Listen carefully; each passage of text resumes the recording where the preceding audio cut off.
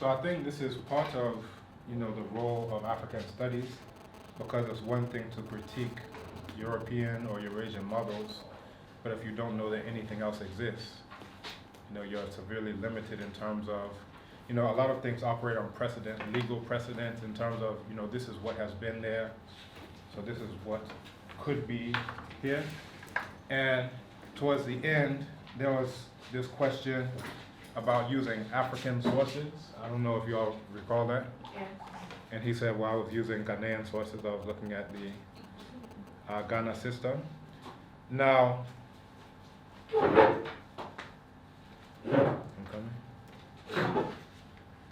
Now there's this thing that I refer to as the backwards forwards paradigm. Have I discussed that here?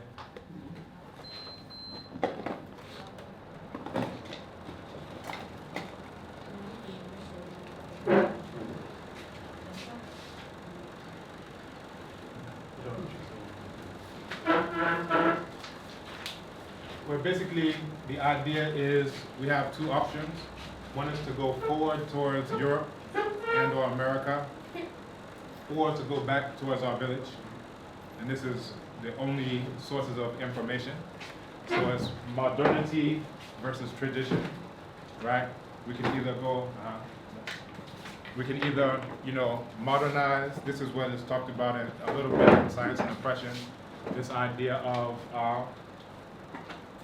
this Darwinism, social, cultural Darwinism, that we're either going to go towards here or we regress back to what we were doing before, which is our villages. Part of the potential, at least power, of African studies is to give you other options than just these two.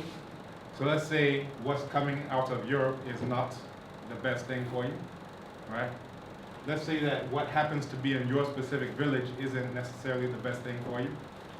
You can see the benefits and detriments of either one. But what if you have other sources of information, right, beyond just your own specific village? Now, what if that other information is coming from other places in Ghana? This is my jacked up Ghana real quick. So what if that's our source of information? That's a lot more information that we can look at. Perhaps in my village in Volta region, they do something that may not be the best thing. But what if we say, okay, well, let's look at Western region, you understand? They may have a different system of governance that we can look to and glean from. But what if we have an even wider scope? Actually, let me do this correctly.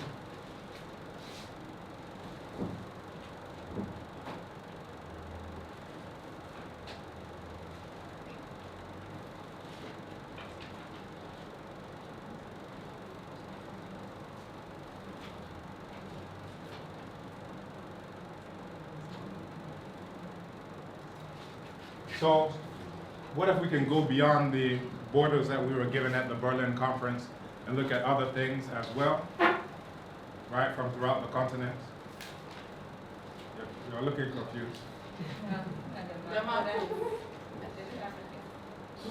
Yeah. I didn't draw it nicely, or? No, it's turned upside down. It's turned upside down, or it's turned right side up?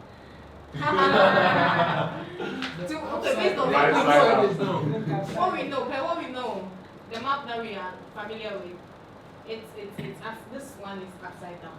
So maybe you have to the original is down the He downside. said that the map had been. The tail will come down. Why do you call it the tail? That's how you see Because it. this one should be here. That's the Horn of Africa, Southern Africa, and then it's Since when? this way. Since when I know, so maybe. So this brings up the question of who made that decision and when, and if it's a recent decision, why was it made, and in whose interest was that made? Can anyone tell me the earliest map, the oldest map in the history of humanity? Topographical map. Africa map. Period. It's 1884 after the Berlin conference for the Berlin conference. So it should be the Africa map. Okay. Anyone else? No idea. Okay, well apparently this is why we are in African studies, so that we can get other ideas. Let me see if I can show you something. I think we briefly discussed this, yeah? It was mentioned in Kemet something. Kemet and I don't know the presentation on Kemet. Let's briefly revise that.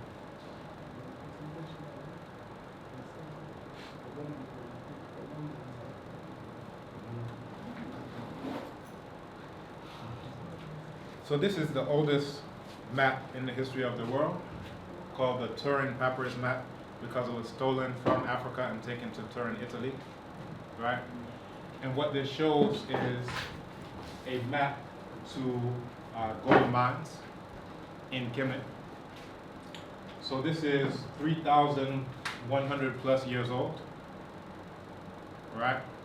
So map making originated here in Africa. Did anyone know that? I don't know, but then once there was civilization, You would guess. that something. So this is what we have to do, is to go beyond just guessing. Like, I think they probably would have done something to actually being able to mention the examples. Who was the author of the map? So the author was Amennacht, son of Ipui. So he was the scribe. And it had a south-up orientation. So the first maps, all of the first maps in the history of the entire world were south-up maps, right? So once you know that, now it brings you to, well, when did it change? Who decided to change it arbitrarily, that we're going to do something else? Right? So map the mines across a 15-kilometer stretch of Wadi Hammamat. So this was the first one, but then there were other maps to other places and other regions, but all of them had in common that they were south up. So what you find, what you see here is Yabit, east and left are the same. Yabit. Imenet, Imen, west and right are the same. Right? Resut and Shamal, the south is referred to as upper. Right? Then you have Tamhu and Mehti, lower is in the north. So not only is south upper and north lower, east is on your left, as you see here, East Africa, and west is on your right. And you have other, examples. This is what you see here. And this is Din, this is the ruler, Set Tepi, Yabit. So you have the first time, and it is of smiting the east, right? So you're seeing carved in stone this idea of the east, and that's what we saw before. West is on your right, so this is what you see here as Imenet. West, right. So all of that is a bit of a sidebar. Academic, Rising. academic, Rising. academic. Rising. But the point of showing you this is that what if we can go beyond just, the only options I can pull from are what I got from Europe or what I got from my village alone? What if we can look throughout Africa? Or even better, what if we can look throughout the global African world, right? Africans in other places in the world, in the Pacific Islands, in Australia, so forth and so on, the Western Hemisphere, which is what we usually think of. Even though you have people who are blacker than anyone on the continent in the Pacific Islands and so forth and so on, more African features than people who you say, oh, they're Africans, right? Then the Western Hemisphere, places like Brazil, right? Like the US, places like the UK, all places where you find African people. Colombia. You were like, when are you going to mention my place? Right? So this is the thing of, being able to choose from something other than just this backwards forwards paradigm to start looking laterally. And not only looking laterally in terms of what's going on right now, but also throughout space and time. Then that gives you the power to choose something else, because now you know something else. and then you can adapt something other than just what happened to have been left for you by your colonial enemies, right? So that was a sidebar, but I thought it was a very good question just in terms of this idea of, why aren't you citing other African scholars? But at the Berlin conference, it was decided that you are going to stay put in this cattle pen that we're going to call Ghana, right? Now, we're not supposed to be cattle, but we're staying put just like how a cow or a pig or anything else would if they're put inside of a boundary. Even though these are imaginary boundaries, you can just walk right across. But we stay put where they decided in 1884, 1885, plus this light bit of Togo we got. Right, so these are just things to think about. Any other reflections on the seminar? I think it is grounding about the tipping is, I would say it's, should I say solid, or he had fundamental basis for making those assertions, because he took us through history, and then everything that he made mention was right from the coup d'etat, what's this man's name? Nkrumah's coup d'etat, and Ashampon, Busia, Liman, until 92. And so we had reasons to be a bit, should I say afraid of something when it comes to election? Yeah, the tensions. I mean, sometimes I do think about it, that's what came to me. So what's it going to be like after the elections? When the results have not been declared, how is it going to be like? And okay, how is it going to be like also when the results have been declared and either of the two parties lose? I do think about it sometimes. Yeah. And so I was quite happy you made mention of those things to make us aware of how the system is, the tension in the country is like. It's very relevant for the times, right? Yes, very, very relevant. Other thoughts or reactions? I was just thinking that the comment you made that maybe the generation you are from, or the group of people you are from, will determine your understanding of that kind of tension. Yeah. You were saying if you were born and you know that you will cover the four generations, presidents, you will have a better understanding, and you will see really what is it about. I was thinking about that because I came to Ghana in 2012, and in the north, you perceive it totally different than in the south. When you are in the north, you are really thinking something is going to happen, and you think the Gombas are going to fight with the Gombas, and with those people there, you don't joke. You have to be really aware and really not to run away. We as missionaries in the area, we normally try to be where the tensions are, precisely to bring it down. It's not the case here in the south. The tensions are kind of different. We don't expect that kind of tension. We may expect more general violence, maybe just followers of the parties. We will not try to fight up to emotions. But in the north, the perception is different. And I believe for some people who have been in the north even before 2012, they are going to perceive that differently. And perhaps they are going to be more relaxed or whatever it is. But that's like my experience from 2012 when Nathan died. The taking from Mahama was relatively okay. But when he was running for election, the tension was really big. I experienced the first one here in the south, because it was when I came, that Atamir's died. And the second one I was already in the north.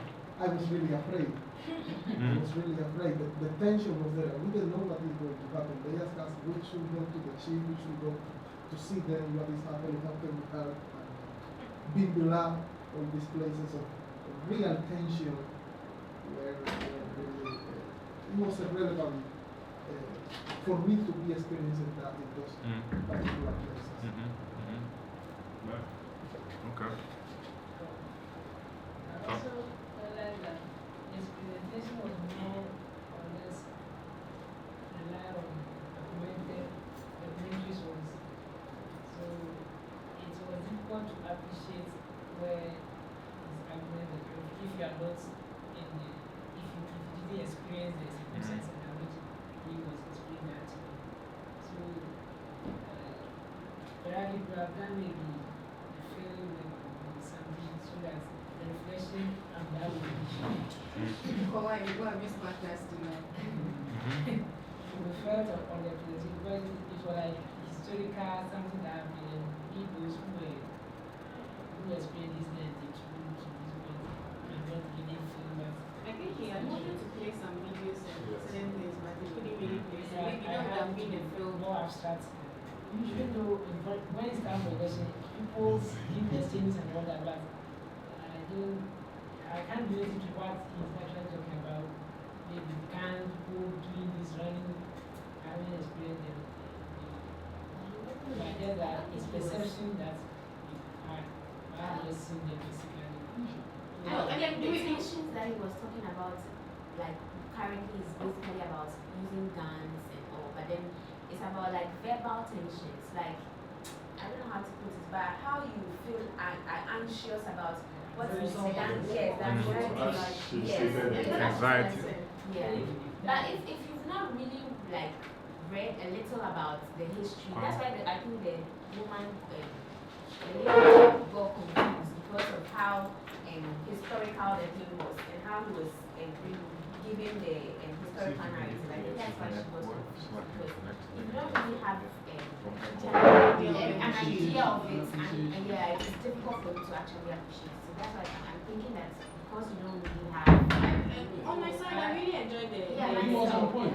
Yeah, I think if you have a little knowledge about Ghanaian politics and about the tensions that took place before currently, like before now, then you would have actually appreciated what he did.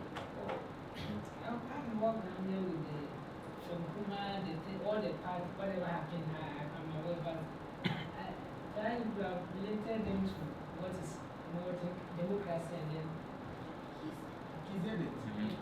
He did it. He started He by came in- narrating he that came it looks in, so like maybe in you the didn't understand 50s. the He public said he gave us an public account culture.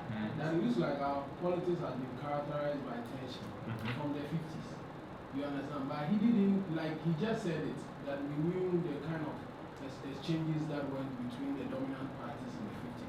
And then made a transition to the military era. And that where he situated that at a certain point in time between 1982 till about 2000, people who had grown up within that period only got to know of Rollins.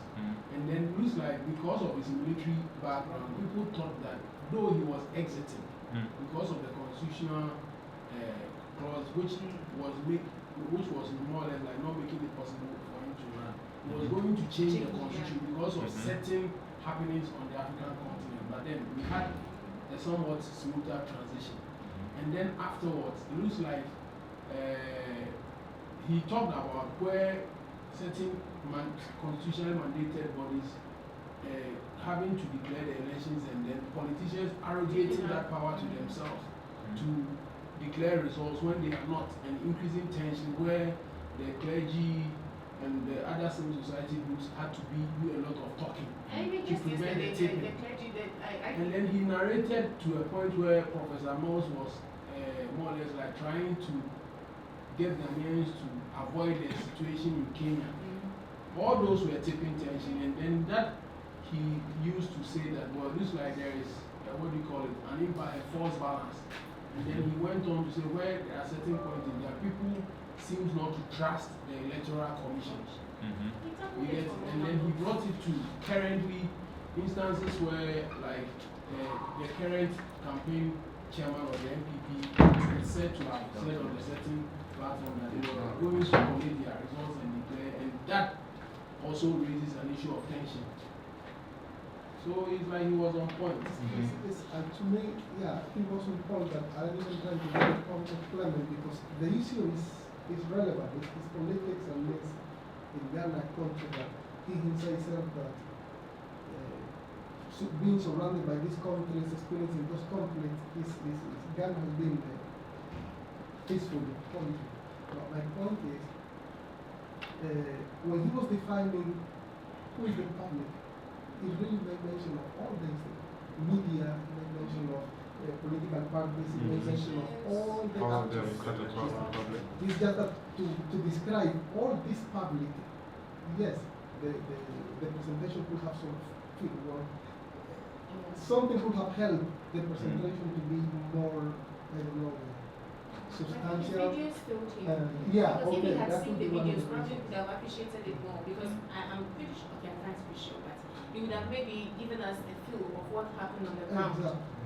And by the videos still change. So, but look, if I may ask, is it wrong to write a paper, an article, using just secondary materials, documented materials?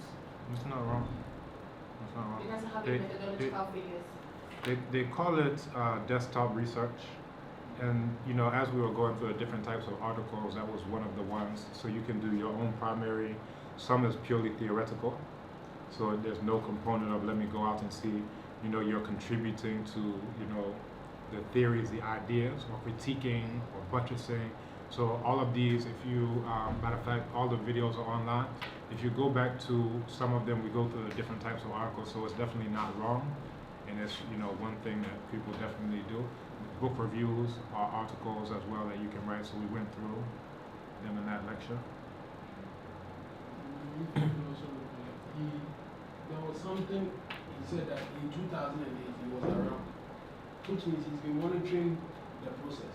And he said he's also back, he's been back for about 3 weeks, which means he's been monitoring, he's been filtering what is happening on the ground. And then some of the tension issues that he raised in 2008, we all heard of the Ushigu, what we call the clashes that happened and all of that. And even the team Like issue. using that at the point in time, the results. Well, I was thinking about the way things have Ghana thing. I was there, nothing was really serious about them.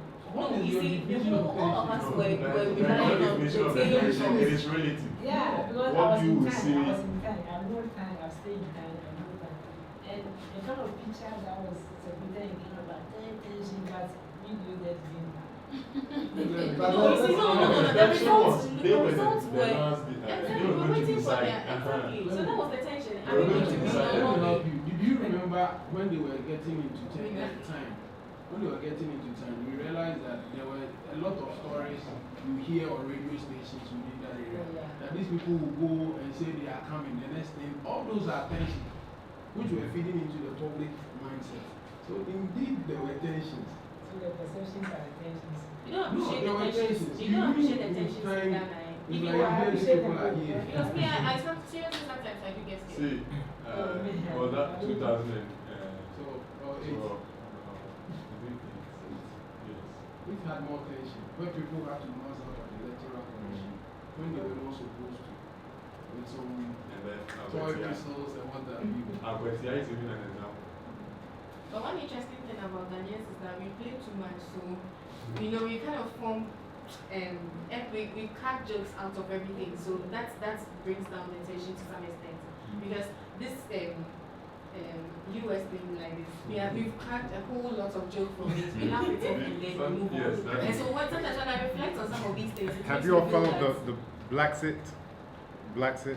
It's a new thing that's saying that just like Brexit, there's going to be black people who are going to Oh, exit. yeah, yes. So, and when Blacksit happens, we're going to take, you know, all of Michael Jackson's recordings, all of we're taking Oprah Winfrey, we're taking Obama, we're taking Just to make the news rhythm, soul, spice. But they should have been developed Aeroplane, Trump aeroplane, where Africans So are we have all these They are jokes to bringing all the blacks. minimize the tension. I think That is- that's like a whoops. All of them are coming down. As some are coming together. In fact, they actually placed each of them in the various towns, saying that they bring development to the towns, and then Oprah Winfrey, like they said, her name is not Oprah Winfrey, her name is Oprah. You must say that one.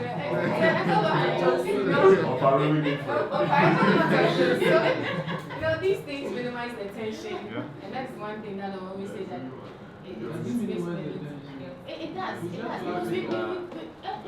laugh it off, but the tensions are real. It's real, but But this year, these are the minimize it. tensions very minimal.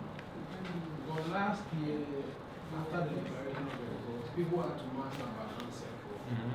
And those were very frightening moments. Okay, so let's come here to science and oppression and or Eurocentrism in the social sciences. Your write-ups from the video and the one that you did not do from last week. I need both.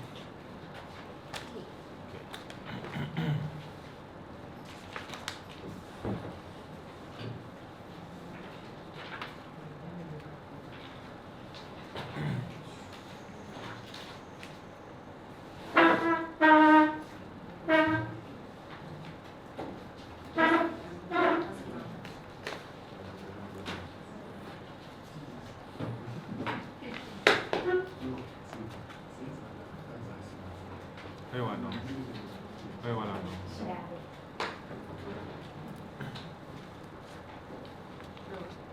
After this, I was doing the other one. I went to the cafe to do it and I left it there. And that was why I was late and I still forgot it there. There's a thing they used to say, the dog ate my homework. The dog ate my homework. No. I actually did it and I was even late for the program. But I just came and said for it and even I feel forced to do this thing. Just this morning. Where's your receipts? Oh, I don't have it, but Oh, it's okay. It's okay. You bring it. All right. So here we had a summary of science and oppression. Only one person in the entire class cited the source and used actually APA format in citing the source. One thing that was at the bottom of almost every slide was cite. Whether you are quoting, summarizing, paraphrasing, cite the source. Does anyone remember hearing that? That you should cite your source? At least one person heard it, the rest were this guy talk. Let's look at some of the technical things and then we'll go into some of it content-wise. Listen to this. The experimental scientific method is seen as ideal methods with just few practical adjustment. Let's try one more time. The experimental scientific method is seen as ideal methods with just few practical adjustment. Yeah. I just put rephrase because there are so many. The experimental scientific method is seen as ideal methods. Yeah, that would work as an ideal method with just a few practical adjustments. On the other hand, it helps the oppressed get to the problems itself. The problem itself. Okay. Since those who sympathize with powerless know the tools, so with the powerless, you need some type of article here. Therefore, there is a need to put a stop to the oppressiveness by dismounting the science in itself. Dismounting the science in itself.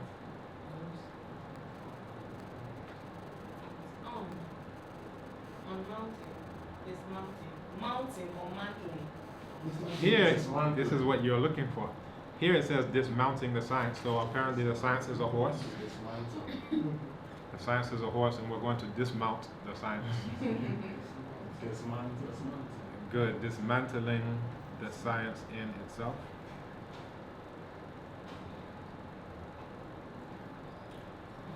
What else?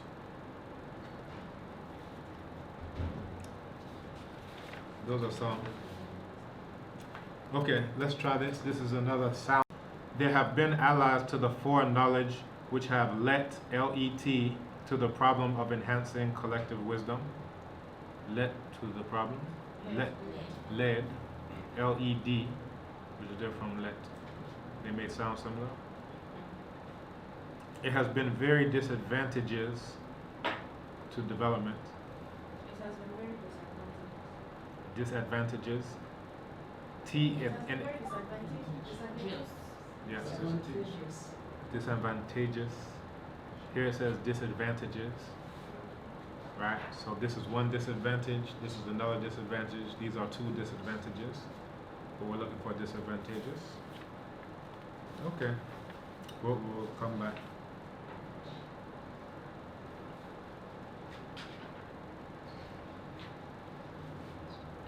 In conclusion, the experiment method does not really produce enough data than any method. Does not really produce enough data than any method. Any other method. And probably the experimental method instead of the experiment method. The pain derived is how the educated African refuse to take responsibility. Refuse to take. The educated African refuse to take responsibility.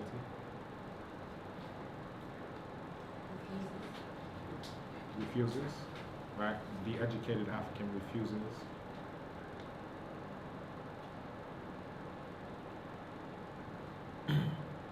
But it assumes more superior power, which imposes and redirects the object of study and thereby taken as pure science.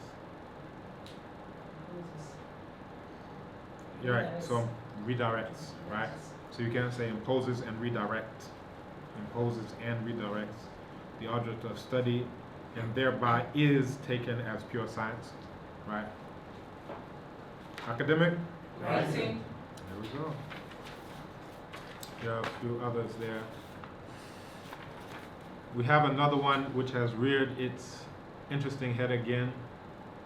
The universal view held of the natural and the social science and it methodologies as been, B-E-E-N, objective is more of a facade.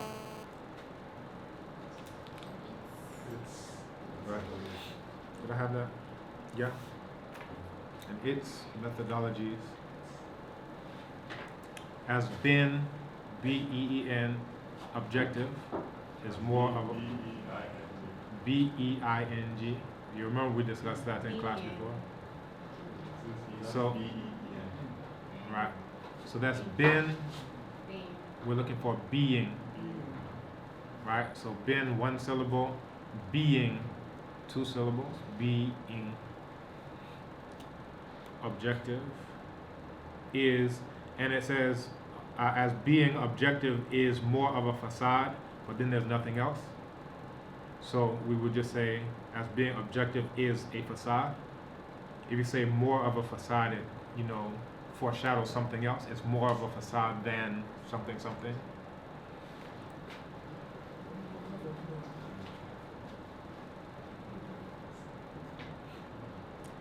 The ultimate validation of it theories is nothing more than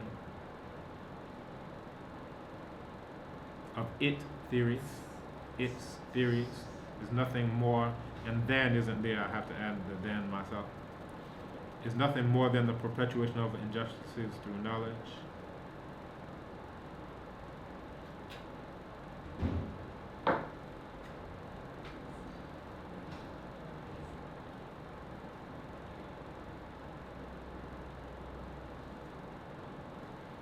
So listen to this sentence and tell me if it's a sentence. Is that foreshadowing? The entrenched quest to monopolize scientific methodologies to all situations without regards to its inherent flaws in application to all diverse policies, propositions, period. Full stop.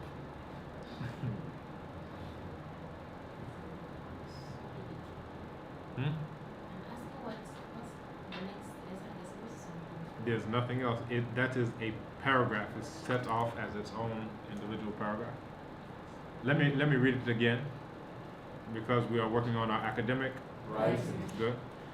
The entrenched quest to monopolize scientific methodologies to all situations without regards to its inherent flaws and application to all diverse policies, propositions, full stop. Has led to Has, yeah, it's like I'm taking you up to here, now you find it's a cliff. Right? And you fall off. Widespread credibility crises that have arose as result of overgeneralization, or as a result. What about that have arisen as a result of overgeneralization and applicability of scientific methodologies has created power gap to reinforce oppression against Africans. Has created power gap.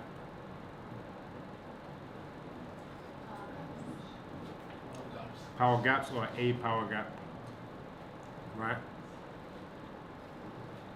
Right? And that should be have instead of has. And once again, the call had been made to the oppressed and those been used as tools of oppression. We have the same problem as before. It's been, B-E-E-N, as opposed to those being. Okay. And on this one, we had a few paragraphs. We had one sentence, but we didn't have the one paragraph, even though the one sentence is 3 lines and long enough to be perhaps its own paragraph. That's what we call a run-on sentence. I guess they say you say one paragraph and one sentence. I will make my one sentence a paragraph.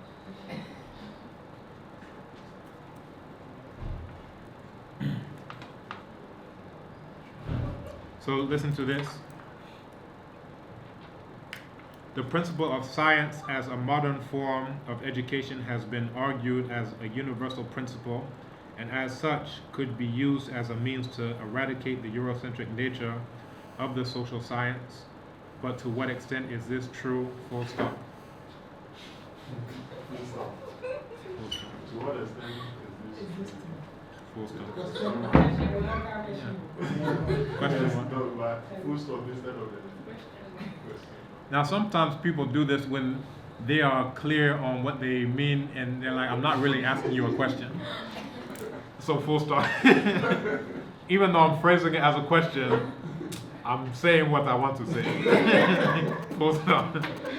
But you have to remember that you are at least ostensibly posing it as a question, so you have to do that.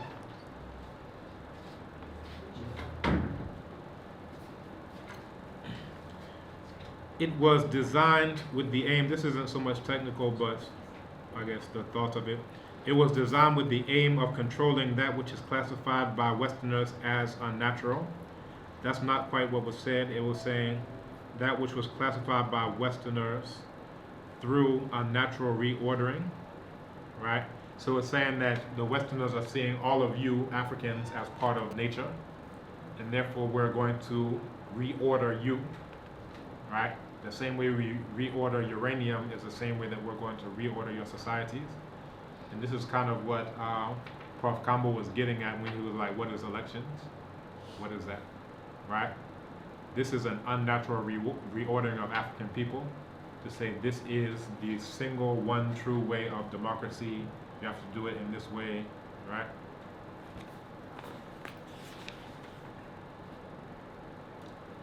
How then do they change the order? Full stop.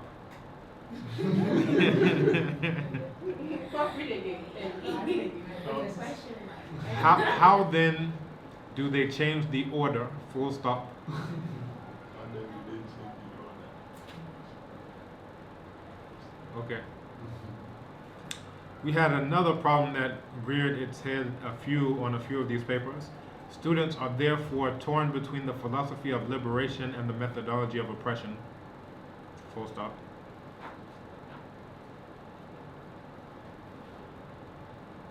This isn't a grammatical issue, this is a plagiarism issue. That's exactly how it was said in the article, but there are no quotation marks. Right?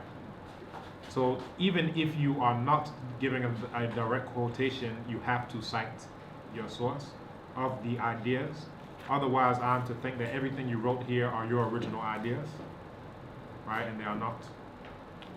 And especially, well, it's all the same, whether you're summarizing, whether you're paraphrasing, or whether, and definitely if you're quoting, you have to mark that off with quotation marks and then give the citation, page number, all of that. Otherwise, that is plagiarism. That's all that we were talking about. Do not plagiarize. And sometimes we do it unintentionally.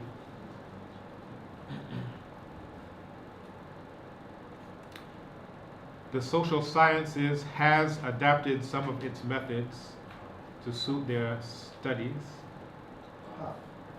right? Because you're looking at all of these as different social sciences, whether it's psychology, sociology. So the social sciences have adapted some of its methods, their methods, right?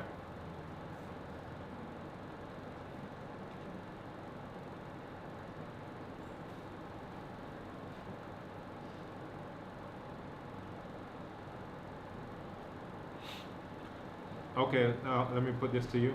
The results from the scientific methodology which has been used to create policies have resulted in uprisings and so questions whether the faculty will use this problematic methodology. Did you follow that sentence? Pass. I just put rephrase because I couldn't follow the sentence myself. Let's come again. The results from the scientific methodology which has been used to create policies have resulted in uprisings and so questions whether the faculty will use this problematic methodology.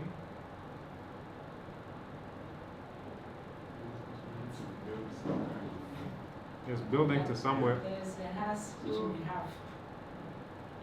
No, that part, which has, the have comes later. So the results from this scientific methodology, comma, which has been used, so we're saying the methodology has been used, that's fine, which has been used to create policies have resulted, so the have is coming later, and that's fine, have resulted in uprisings, and so questions whether the faculty will use. So this is what's missing, and I'm seeing it now. So the author questions whether the faculty will use this problematic methodology, right? You can do that because it's saying so questions who is doing the questioning, right? Or so the article questions, there has to be someone who is doing the questioning.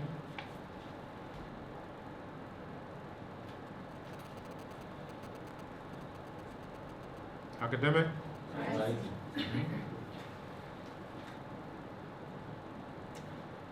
Okay, listen. The collective wisdom was suggested as a good approach to solving the problem of oppression. The scientific methodology was responsible. Right, for which the scientific methodology was responsible. The European has taken advantage of the natural sciences, which has been generated ways of oppressing the African, and through this means has become great. Now come again. The European has taken advantage of the natural sciences, which has been generated ways of oppressing the African, and through this means has become great.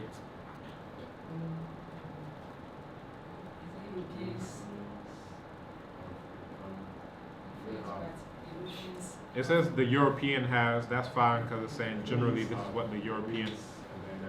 So, right, so through these means, These, what we have here is through this means, right? Again, this is the sound having an influence, right? And one of the challenges is that, you know, we are torn between English and Latin romantic types of languages. So in those romance types of languages, this has what sound? E. Right? So, you know, if you're talking about Spanish or French or whatever, you see this, you'll pronounce it like an E sound, right? And that is what we find because of the Portuguese and these other ones, that in indigenous African languages, when we see this, we interpret it as an E sound, right? However, in English, this can have but in linguistics, we write like this, it, right? So this, right? But we'll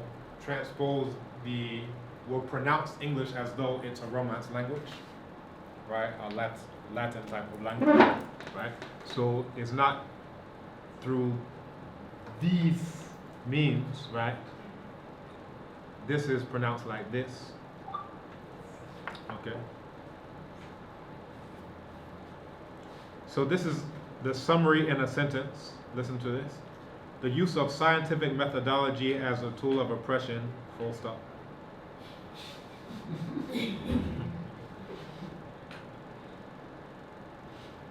What's wrong with this sentence? It's not a sentence. A few of you did that.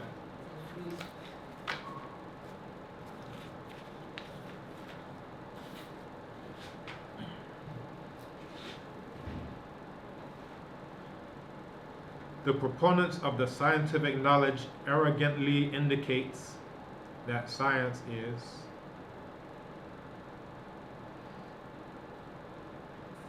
let's go. The proponents of the scientific knowledge arrogantly indicates that science is objective. Proponents is plural, therefore indicate.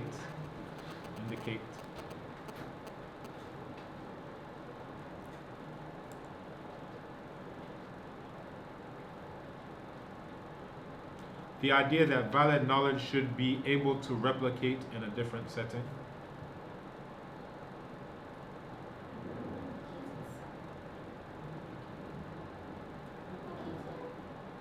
Be replicated, right? So it's not the knowledge that's replicating itself. It's not that here's a book and it hops onto the photocopy machine and replicates itself, right?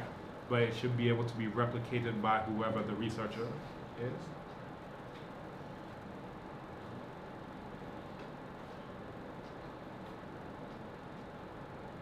Here again, we have the same thing. The students are then caught between the philosophy of liberation and the methodology of oppression. No quotation marks. It's an exact quote from there, and also no citation. Right? This is exactly what we're saying when we say plagiarism. It's not necessarily that you're sitting behind and saying, "Ha ha, I will steal." Sometimes it's just being careless. Right? You have to give your citation, you have to give your quotation marks, right? But whether or not it's done with malicious intent, the result is the same on the paper, plagiarism.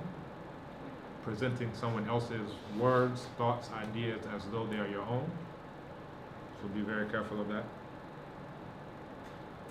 This is epitomized in the way scientific methods and education is structures to project dominant view of the West and to configure the minds of the Negro into hopeless to the societies, into hopeless people to the societies.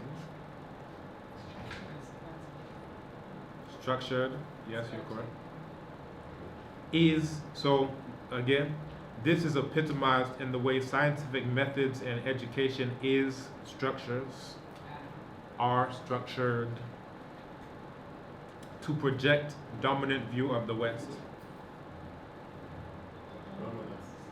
The dominant or a dominant, I think would be better, a dominant view of the West.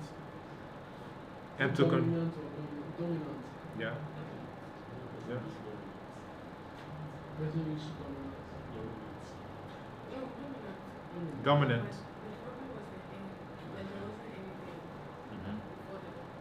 Is it said to project dominant view of the West? A dominant view of the West. And to configure the minds of the Negro into hopeless people to the societies.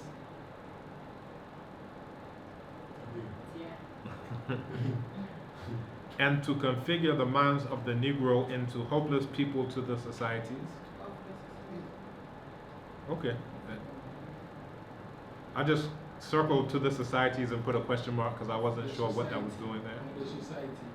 Their societies. Of their societies. Okay, that's workable. And there was no single paragraph and no single sentence, so someone did not get done. This one was just copy and paste. The whole thing is just copying and pasting exactly the article. Who is this? And I just put this is plagiarism, no quotation marks or attribution to source, while you have copied verbatim the entire article. This will never be good.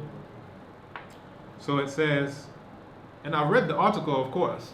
So as soon as I said, this is exactly.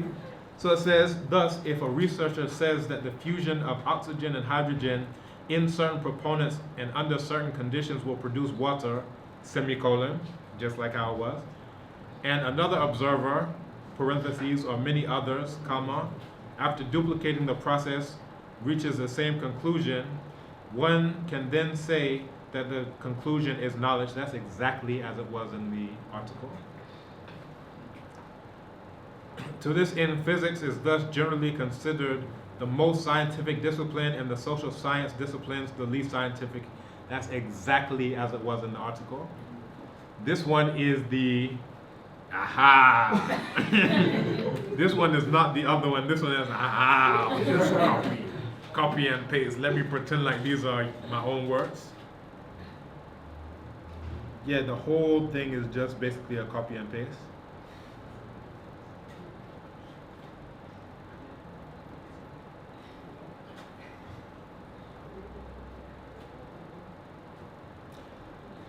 This is to say, do not do what is here. Whoever's paper this is, do not do this. This will get you as what I did.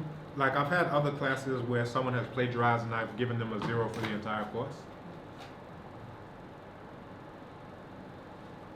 In some universities, if they see this, they will kick you out of the entire school. You get one chance, you're out. So look up plagiarism policies, right? This is not a small thing, so please do not take it to be a small thing. This is what we call plagiarism, and this is a very egregious case of plagiarism. Sentence after sentence after sentence, which is just quote, quote. Not even quote, I can't say you're quoting, you're just copying and pasting from someone else's work and presenting it as though this is your own write-up. Do not do that. This one we were going, okay, this is summary in a paragraph, and then it came again to the plagiarism side, no quotation marks. It says, not only in the sense that he uses it to control his subjects, comma, but also in the sense that it was established through and for oppression. That's exactly how it was, right? So quotation marks, citation, and throughout all of these, you have to have a citation. You understand? Even when you're summarizing correctly, even when you're paraphrasing correctly, if you're not giving a citation, that too is plagiarism, right? And this is why this is a good activity. So when I'm doing this, when I'm sending you there, if you don't get this lesson and you go to someone else's class, you understand? You don't graduate. Depending on who the lecturer is, you spent your money for no reason. And now your family will be looking at you, assuming you're not doing it yourself. Let's come to our summary in a sentence. The use of scientific methodology as a tool of oppression to oppress other people for the purposes of exploitation, full stop. Incomplete sentence. Okay. We have one more and then we'll come to the content. As a matter of fact, the colonized was made to believe that everything will just be better off, comma, if they followed the prescriptions.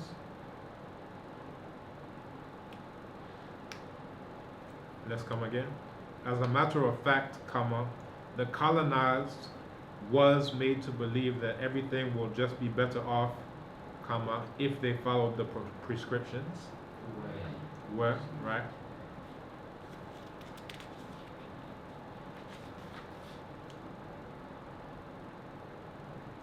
Western psychology sees the mind in terms of what it does, and ignores to describe how it feels. And ignores to describe how it feels.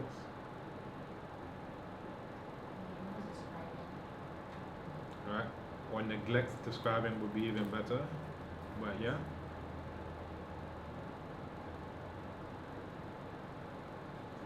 It is in this failure lies the possibility for bias against social groups with different experiences and value systems.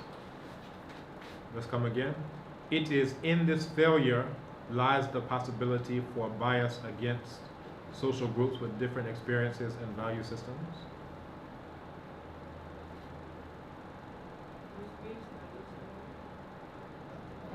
That lies. So that's a possibility. What I did is I took out the it is, right?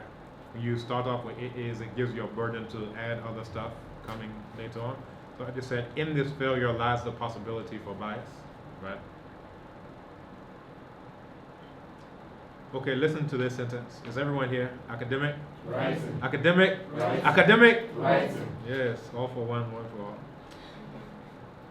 In a major review of cross-cultural studies of Piaget theory, that should be Piaget's, of Piaget theory, Dawson and Heron pointed out cross-cultural differences in cognitive performance in trying to explain the poor performance in non-Western cultures on tests of abstract imagery, abstract reasoning, and scientific thinking, Many authors have described these tests and the skills they tap as peculiarly Western, and therefore building in a Eurocentric bias in cross-cultural comparisons, full stop.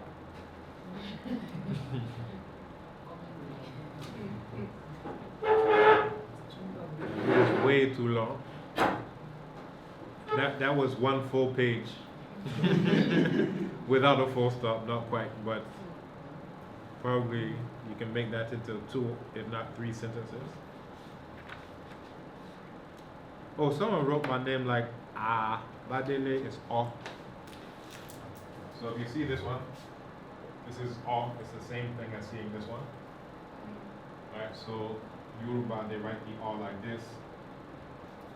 And P and other ones, they write it like that. But it's not this one. It's off. Okay, so if anyone misspells my name, that is 10 points off your final grade.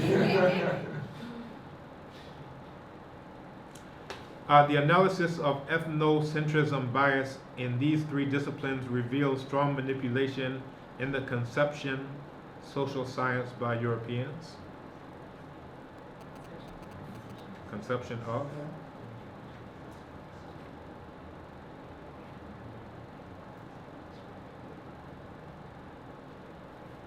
Okay. All right, so just in terms of the content of the articles, let's come down to what were some of your thoughts about it, about them, rather.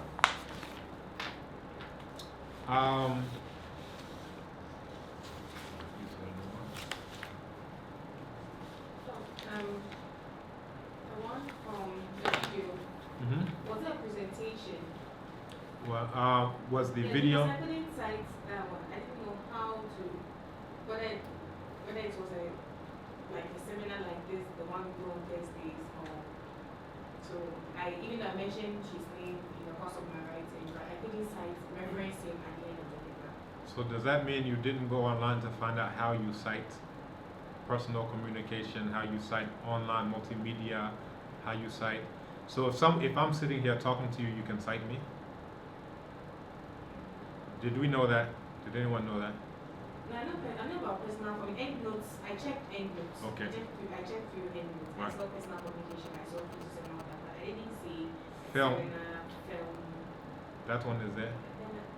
Was that? Okay, then. So if you're not certain how to cite it, go online and ask the question, how do I cite a film? How do I cite a recording of a lecture? And you will see that you're not the first person to ask that question. Right? Knows, but maybe some other people were thinking, how would I cite this film? And that is, of course, done. Right? So look that up. You can cite, and you should cite, and you must cite. and I'll reprint and bring it. Let me give you these back. Miller Hernandez Diaz.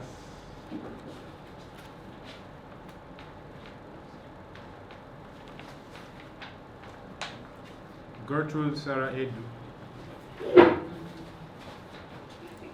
Or for some people, Edu. Mensa Clement Kwesi. Sandra Owusu.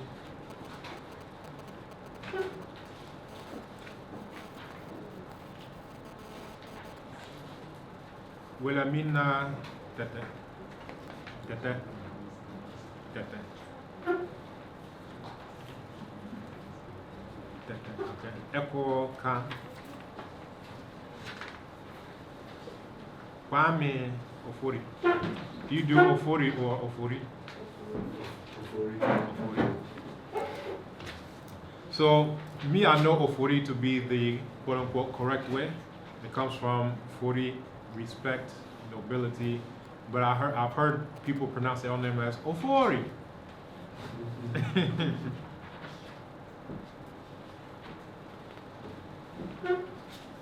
then, okay. Does everyone have this?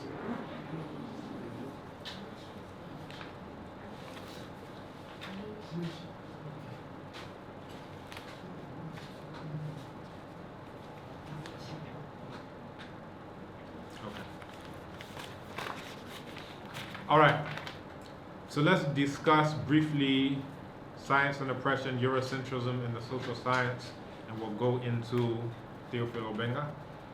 So thoughts, ideas, reactions about the two articles to start off with. They were similar in thrust and content. Yeah, it's a very interesting article, but then if you are doing a summary, there is this attraction, you may end up taking everything from there. This is how I felt, when I I thought if I'm not very careful, I will end up presenting a whole gamut of errors to you. So what I did was, okay, looks like as you read, looks like it's just elaborating on the main idea. So how do I get a summary done and present it? So I ended up like the whole thing, just in about a page. And I'm not very comfortable as to whether I did the right thing or I could have done something better. Well, first off, in that single page, were you able to give the summary, the long one, then just in a paragraph, and then just in a sentence? I did it in like a few paragraphs, and then one paragraph, and then in the sentence. But with the sentence, it was a bit of a problem. Okay. Okay. I'll make it general and not to your paper specifically. But what you should be doing is looking at the key points. So this is what came up in the discussion about how to summarize. So you'll take the keywords that are being mentioned, right? If you are going to take a quote, then you of course will have your quotation marks. At the end of, once you have the keywords, you start to elaborate on what the author was saying about those keywords. So now this is how you are able to work paraphrases into what you say, because if you're paraphrasing, it's not going to come out exactly as the author said it, right? And paraphrasing, these are, when you're saying it's going to stay pretty much the same length, right? So if he said this in a sentence, then I'm going to say this, in about a sentence or so. Summarizing, I'm going to look at the keywords and condense all of these keywords from this long piece down into this, right? So I'll be giving my own words, my own thoughts, coming in this. At the end of the day, regardless of which you choose, you have to academic. Right. At the end, you have to give your citation, right?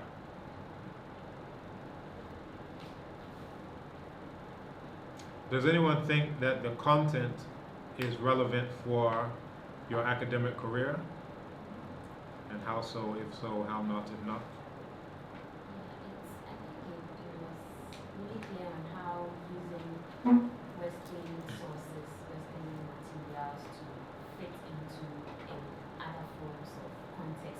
not really predictive of what the Western ideal was, as in like what, for instance, I read an article and it was talking about how they use some what's the name of medical I don't know, I've forgotten the name of the medical this thing, but then they use it to treat people, but then when they brought it in the context of Africa, it wasn't working because it's not prudent for an African woman to demand for sex from her partner.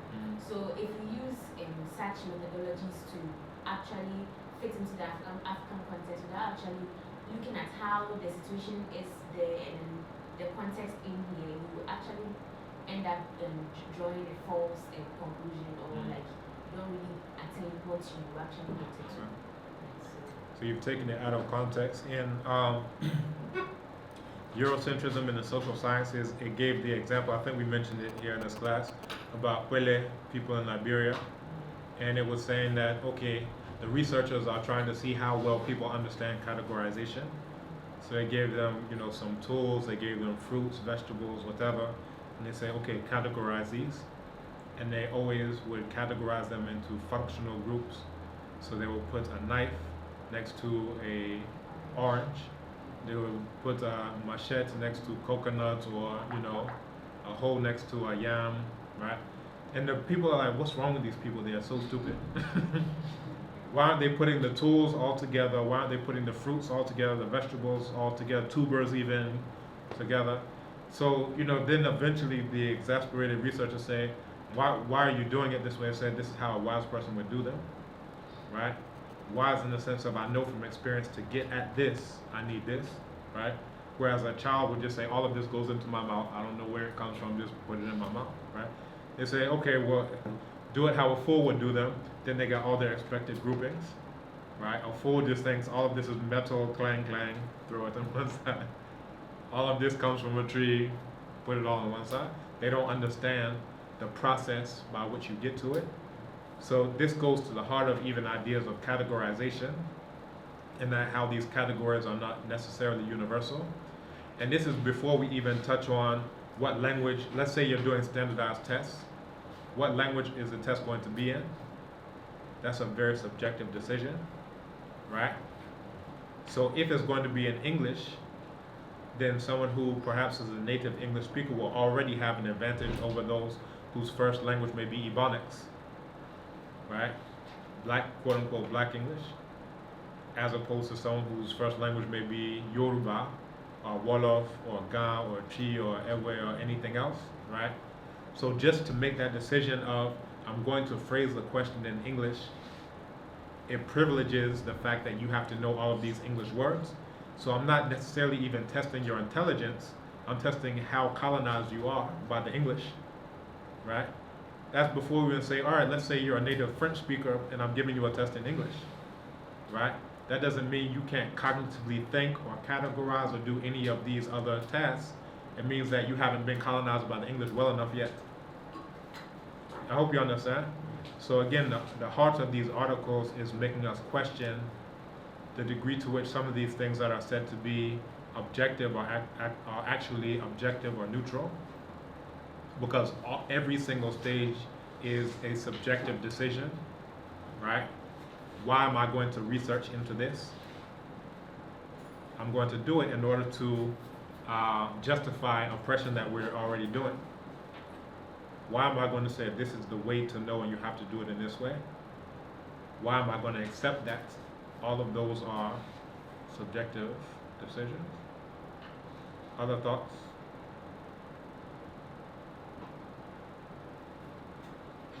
This is really getting at critical thinking, because sometimes we say this is a scientific method as though it came down from the sky on tablets or something. It's magical, therefore we have to do it. But you should even critique this method that you are using. Who said that this is the only way to know things? Or even the best way to know things? Or even a legitimate way to know things at all? Who says it's objective when very clearly it's been used for non-objective purposes?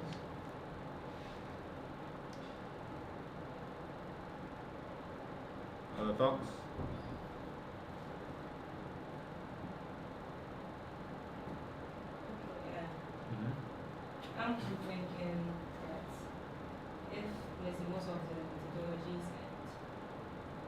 have been used to bring about certain information knowledge. Then it seems most of those knowledge that has been produced is just relative to European, but it's not, it doesn't really apply here.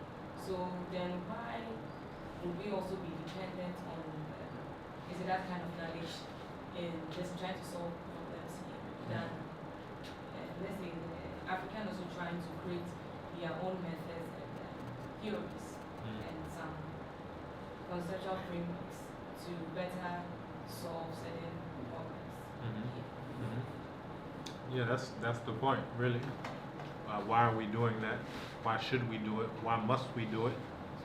Sometimes we'll make a decision, we're going to do it because the funders say, right? The grant says, right? This is how you're able to to enforce and reinforce your hegemony of what knowledge is, right? So you may say, as an African, this doesn't fit us, but then your development partners in the UK or in Germany or in the US, they say, well, you better pretend like it is. Otherwise, your $100,000 is not coming.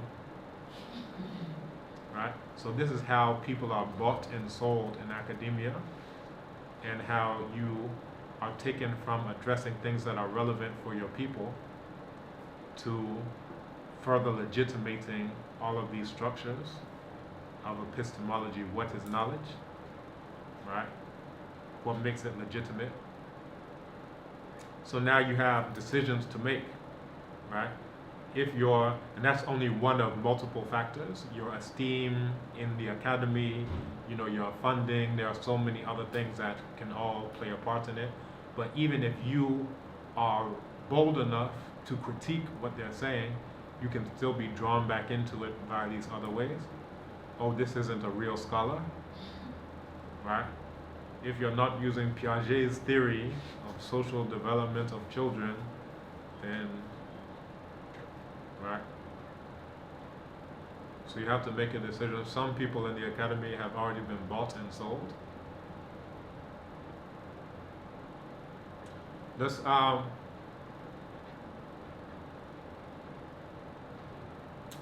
continue, maybe one or two other thoughts, and then we'll go to Omega.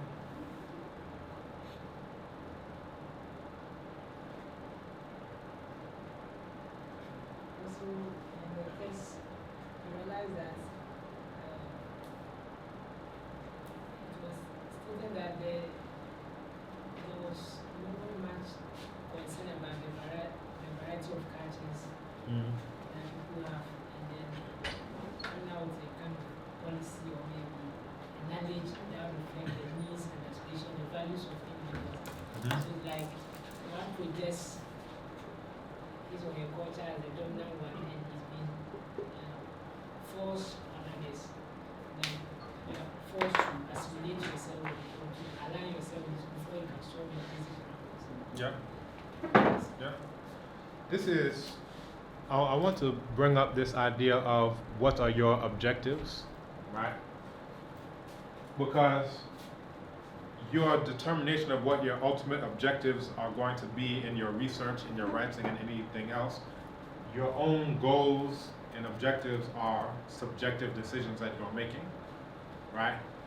And I'll give you an example. I was writing another article, and I gave it to some colleagues for comments on a process that was described in terms of colonizing Mexico and other places.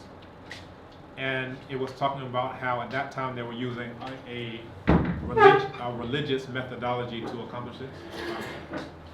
And it was saying that, you know, you had this idea of whether revelations, divine revelations, are discontinuous, right? This means that they're already complete, they're in their final form, you can't add to it, you can't take away from it, this is it. Or are revelations continuous, right? In the sense of, all right, that was one prophet, but I'm another prophet, he's another prophet, that's another prophet, you know, we all have our divine revelations and visions and other things, right? And it was describing how, as the church at that point in time, they realized how it would impinge upon their authority to accept that revelations could be continuous, right? Because if I'm the Pope and I'm the whatever, the be-all, end-all arbiter of these types of issues, and if this is the Bible and this is the be-all, end-all of all revelations, then what if this person writes up, 500 pages and say, look, I have an additional revelation. Now, instead of the whole crowd going to you, it's going to be a split. These people have their revelations, those people have their revelations, everybody has their own revelations. So it was talking about the method by which the church was able to, demonize anything that fell outside of the pale of what they said is our thing, right? So even if you're saying that your thing is divine, no, your thing is inspired by the devil, right? However, the degree to which pre-existing beliefs in Mexico were seen as being compatible, then they would say, all right, they said, Quetzalcoatl, that's your deity, your former king now is deified, that, he came with a message and he was driven out or whatever happened, right? We'll say, you know what, that was actually St. Thomas.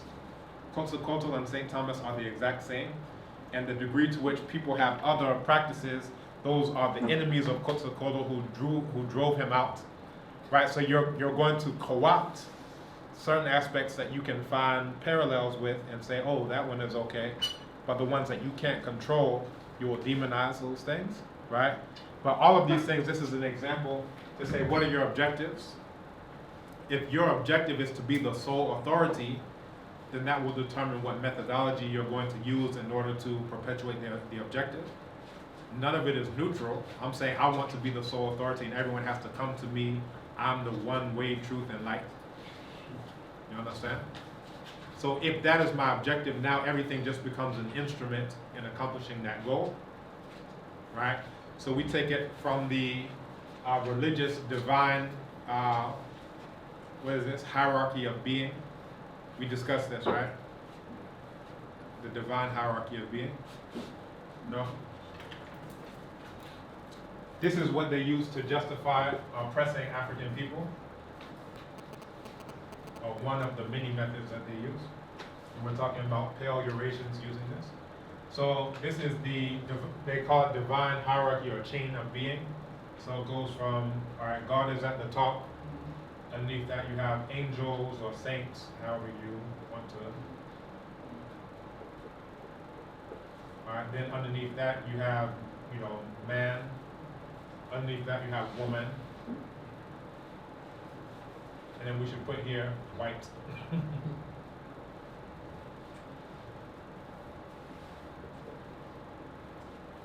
Then the progressively less white man and woman come, underneath that. So you can say Asian, man and woman. You can say Arab man and woman, all the way down to, black man and woman. Then when you come down here to, let's just say Africans, you can say Africans are part of nature. So therefore they're equivalent to, flora, fauna.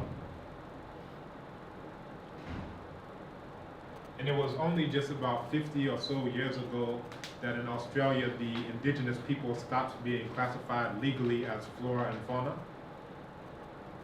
What are we saying when we say flora and fauna? We're saying plants and animals, right? So literally, you have white man, white woman, and then African people are part of nature. So this is what we're talking about in science and oppression.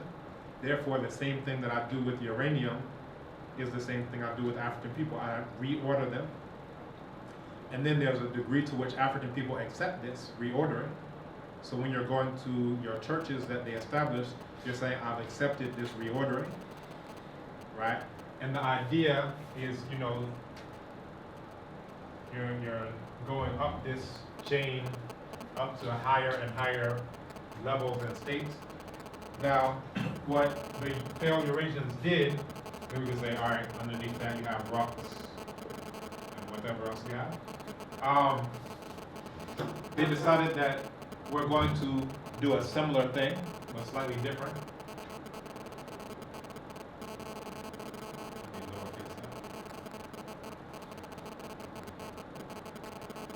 still white man, and this is not a subtle point to be made. This is very important to realize that white man is seen as being superior to white woman in this chain of being.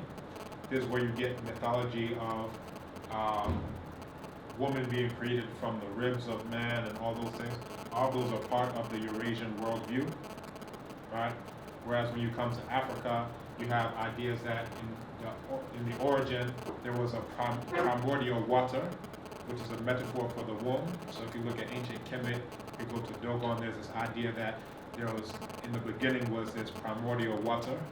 Then from that, either a mound, in the Yoruba they say it was nothing but water, then a mound came into the water, and then that mound was spread out. The mound is a metaphor for, so the water is a metaphor for the womb, the mound is a metaphor for the male member, and the idea is that it requires both feminine and masculine to be a creator, right? And then from that the creation takes place. So you find that amongst the Yoruba, you find it in Kemet, these similar ideas. But for Europeans, because man is better than woman, then therefore the creator has to be what? Man, right? And the fall of human beings has to be from who? The woman. So that's Eve, Adam and Eve, that type of story. All of this is part of the Eurasian worldview. So it's not arbitrary that all of their mythology, it basically buttresses this type of idea. One thing has to be good and its opposite has to be evil. So along this white idea, which one is good and which one is evil in their thinking? If I say between white and black, which one is good, which one is evil? I'm testing you to see how well you can think like a European. Black is what? Black is evil. Right? That's it, again, in white thinking. But we already discussed how that's not universal, right? And it's very recent to even think like that could ever be the case. At one point in time, if you said that, that would be the most ridiculous thing in the world, right? Just like at one point in time, the South Up map, that was all that there was. But someone made a very subjective decision for their own psychological well-being to say, I want the North to now be up, right? I want that to be up. To the point that now people who are born after that time, that's all they've ever known. And they think that's all there's ever been and all that there ever could be. Because they're kept away from knowledge that there was something before this very recent change to say let's put North in the top. I hope you're following. So here we come to what we are referring to now as unilineal evolution.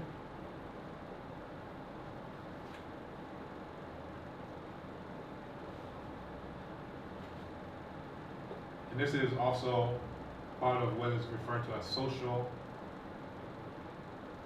Darwinism. Have we heard these concepts before? Yeah. Right. So this is basically taking this same type of construct and putting it on the social level.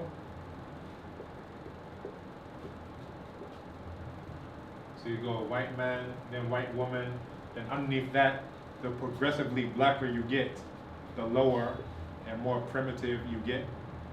This is not a universal, it's not a, this is true, this is just, we say we have objectives, and this construct is going to help us accomplish these objectives.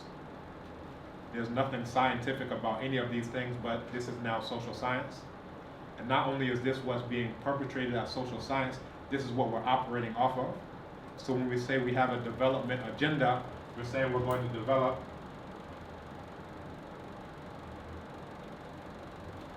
from being black men and black women. And again, this is in the European thing, so still the black man has to be above the black woman. And the degree to which you believe in this construct is the degree to which you act that out.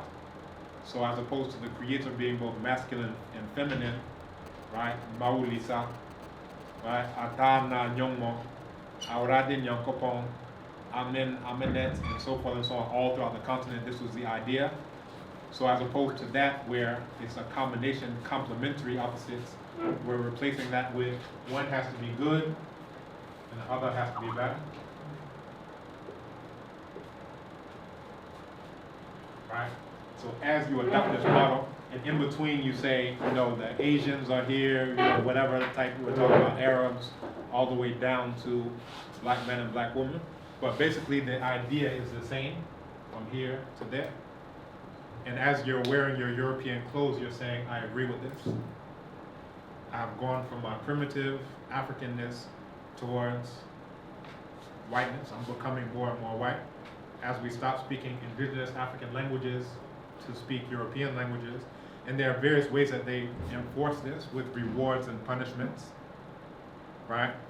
So if you come to your university and you're wearing a cloth to come to class, some people may give you rewards and punishments, even if it's social sanctions or talking about you or all of these types of things, because now everyone is conscripted to enforce this thing, right?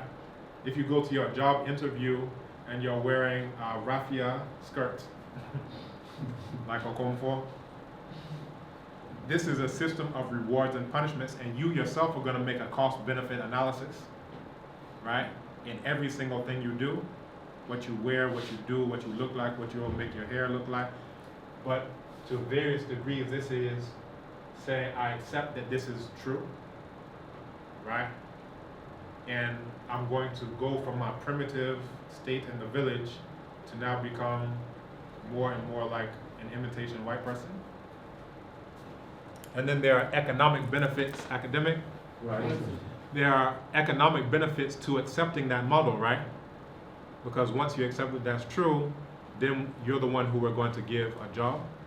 It's like going from natural selection to artificial selection. Artificial selection is deciding this dog and this dog, I'm going to allow those to breed. This one is violent, I'm shooting that dog. You understand? It's no longer in nature, you know, you have this thing where the one who is fit, the one who is whatever is able to perpetuate. No, I'm now making the decision. And this is what we have going on in academia as well. Who am I going to give the grant to? Am I going to give it to the one who's citing African authors, as was suggested here, or the one who's citing European authors? So basically, African people are being subjected to artificial selection, just like how you would do to a dog. This is what they did on the plantations in, you know, the Caribbean and other places. The ones who are saying, let's have a revolution, let's have an uprising, behead that one. But then the ones who are begging, yes, massa, all right, that one is allowed to live and perpetuate its genes. I hope you understand. But all of these things, this also comes to our modern day understandings of development. Have we heard this development agenda, Millennium Development Goals? All of them are developing from what into what? This is what we should be asking ourselves, but we often don't. You have something? Like, how do we break the chain? Mm-hmm. How do we break ourselves free from the chain? Mm-hmm. How do we do it? I'll give you a quote from the late Dr. Jacob Carruthers. I may have mentioned this before. African champions must break the chain that links African ideas to European ones and listen to the voice of the ancestors without European interpreters. The main way that they enforce this and other things is by making themselves the interpreters. So slavery ended because white people decided to end it out of the kindness of their hearts, right? So they're not mentioning the fact that Haiti defeated the British army, defeated the French army, defeated the Spanish army, and within 1 year, that's when they abolished the so-called slave trade, because they realized every single boat that they were bringing was reinforcing their enemies, which were the African people. But now they'll give you a different analysis, say, no, out of the kindness of our hearts, we did it. Within 1 week of rebellion in Jamaica, right, against the British, within 1 week, they got together a committee on how to abolish enslavement altogether. This is cause and effect. But as they're writing their history books, they're not giving you that you freed yourself through the force of your own arms. They're giving you out of the kindness of our hearts, we decided to do this. I hope you're following. So this is just to come that you have to be able to listen to the voice of your own ancestors without their intervention, because their intervention is to serve their objectives, right? How will I benefit from this type of telling of the story? One way is also to read what your ancient African ancestors wrote about it, right? So this is part of what Aikweama in his talk was saying, that we should master Medu Neter, so-called hieroglyphics. We should master Meroitic, another writing system, in Sibidi, that, you know, one person probably isn't going to master all of them, but this gives you access to what your own African ancestors had to say about it, right? This is even before we're talking about, let's look at our oral traditions, right? How can we listen to what our own African ancestors are saying, because we already know their agenda? You have a follow-up? It was a really complex thing. And then I asked myself, there are always African accomplices. For Yep. instance, Or anti-African accomplices? a missionary gets to town, wants to start a church. Already he's realized there is a certain need within the community. So he adopts some children from that community, lives with them. And then at a point in time, you go back to your home, you realize that your life has been better. As a result, that becomes the point where you begin to assess, well, is it better to follow him and get better? And then he takes you through a certain social construction, which then becomes very dominant in shaping your mindset and your worldview. I'm using this because if you look at the missionary work in Ghana and how they were, and then even the kind of educational institutions, those who go through what is considered like to use the American phrase, Ivy League, will be considered, well, this is one of the few Africans who are able to measure up to certain standards. I'll use the case of Uzia. That standard. He's unprimitivized himself to become an imitation white man. I'll use the case of Uzia. It was a literary thing that drew him up, and then through that he was considered one of the finest African scholars. So, Kwame Anthony Appiah, we don't have to go very far. You know, the Harvard scholars who are put in front of you as these are your finest thinkers, what are they saying and what are they advocating? And who's financing them? In whose best interest are they saying what they're saying? If they were saying something that was actually helpful for you as an African, would they be being financed by the people who they're being financed by? Who are the people who aren't being financed, and what are they saying? So we don't even have to go far to Buzia, to whatever. We can look at right now. Some of your colleagues, students, they just went to the US on an educational tour, whatever, right? This is exactly what you're talking about. So it's not missionary per se, but it's the same type of construct. The Peace Corps thing. No, this is, they have this Obama African Scholars Program. Yeah. So some, about 2 or 3 of them from right here, they went for that. So they're going for that, for this exact same process to take place. So one of the main ways that they do this, academic, one of the main ways they do this is by this. You understand?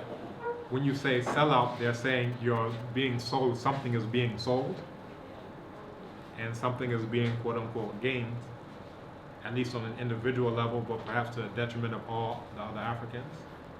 What is your view? Like, was Mandela considered the same because at certain point in time he played into the game that really benefits the Western world, or he's really a saint in the African context? You want my own personal view on that? Okay, I'll give you 2. One is that anytime that your enemies laud someone as this is a great person, usually they would have done something, if not everything, in their interest and against your interests, right? So if you have a statue of Rhodes, if you have a statue of Gandhi, if you have whatever you find, if your enemies are saying this is a great person, generally their heroes are your enemies, and whoever you say is a hero is their enemies. Right? That's a very short, exposition on it. A more nuanced thing would be to say, in the specific case of Mandela, the future generations will determine whether he was a sellout or a shrewd strategist. It's up to those who are here now, right? So let's say he didn't take the land back, right? He did that, and that's why all of the whites say he's so great. But the generations who are here now can say, you know what? We just did that as a strategy. Now we have the skills in diamond mining that we didn't have before. Now we have the skills in, you know, vineyards, wine, and all these other whatever is going on in South Africa, right? Now that we have this, now we can do something different and take control. You understand? The problem isn't apartheid. The problem is that you stole everything. It's not we just want to sit on the bus beside you. The thing is, where's our platinum? Where's our gold and diamonds and everything else, right? So in that sense, if the people say now we're going to migrate to an African solution, then that makes Mandela a shrewd strategist. If the people just keep sitting and allowing the Europeans to keep doing it, that decision makes him a sellout. Because as opposed to taking a decision at that point in time, he did something that perpetuated white domination over the Africans. So it's up to future generations to decide whether he is an African. He is a strategist or a sellout. But that puts the responsibility on those of us who are here now. It's easier to just say, oh, what a sellout, blah, blah. But what are you doing? You understand?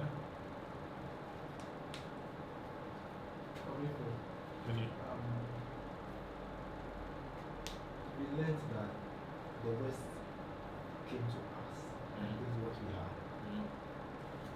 At this current time, is it prudent for us to look onto them and also tap anything we think is good for our own cause? What do you think? My thinking is, as Plato saw what was good and came and came for it, we should look into them and see what is good and go for it. That's all. Any other So thoughts? that if it will happen, it will have to be that I have to go and work there. I will go. Not because of the money, but because I'm going there to get more capacity. It can help. Okay. Any other thoughts on that? So what are the things you would categorize to be good and you would want to go for it? Yeah, I'm looking at the way the board current science and technology to when they want to go there, this is technology, but come as a Benga said, place it in a well-defined philosophy for the good of all. So let's look at the science and technology. Has anyone gone out to look at the poster of inventions right here in the hallway? There's a poster of over 100 inventions that were made by black people. So often here, one of the challenges is not knowing anything about the continent or the diaspora. And just in terms of that, specifically in the areas of science and technology, we assume that anything that shows up at Tema Harbor was invented by a white person, right? Has anyone heard of Dr. Mark Dean? Mark Dean, who led the team and has the single majority of patents on what is now known as the PC, personal computer. So this is a black man. Go out to look at this.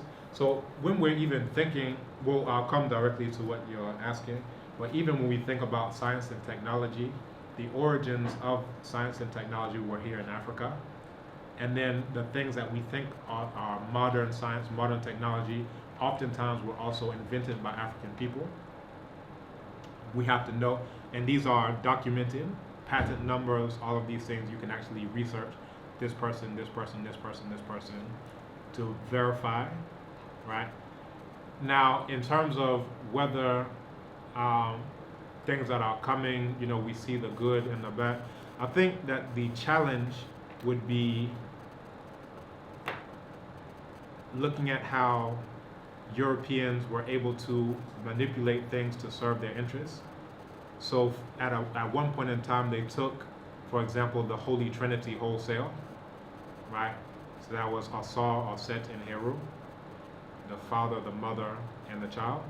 and you still find these black Madonnas throughout, Europe, Black Madonna and Child, you see this. But at some point in time, Pope Alexander VI decided, why are we worshiping images of black people? And made an executive decision to say, let's start having images of a white Jesus. This is around 1490s, and used his own son as the model that Da Vinci, Michelangelo, others started to operate from. So I think the lesson is, all right, at one point in time they adopted something wholesale, but then they decided doing so is not necessarily in their best interest.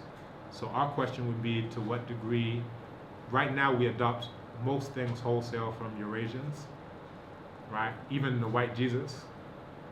At what point do we say, just like how they made a decision, the black one, we don't want that anymore, let's do a white one? At what point do we say, let's do a black one, right? This is something that Marcus Garvey talked about in the 30s, 20s, and 30s, what Bishop Henry McNeil Turner was talking about in the 1880s, 1890s. When does that idea, at least, come to Africa, right? So these are some of the things, other considerations to keep in mind as we're doing this.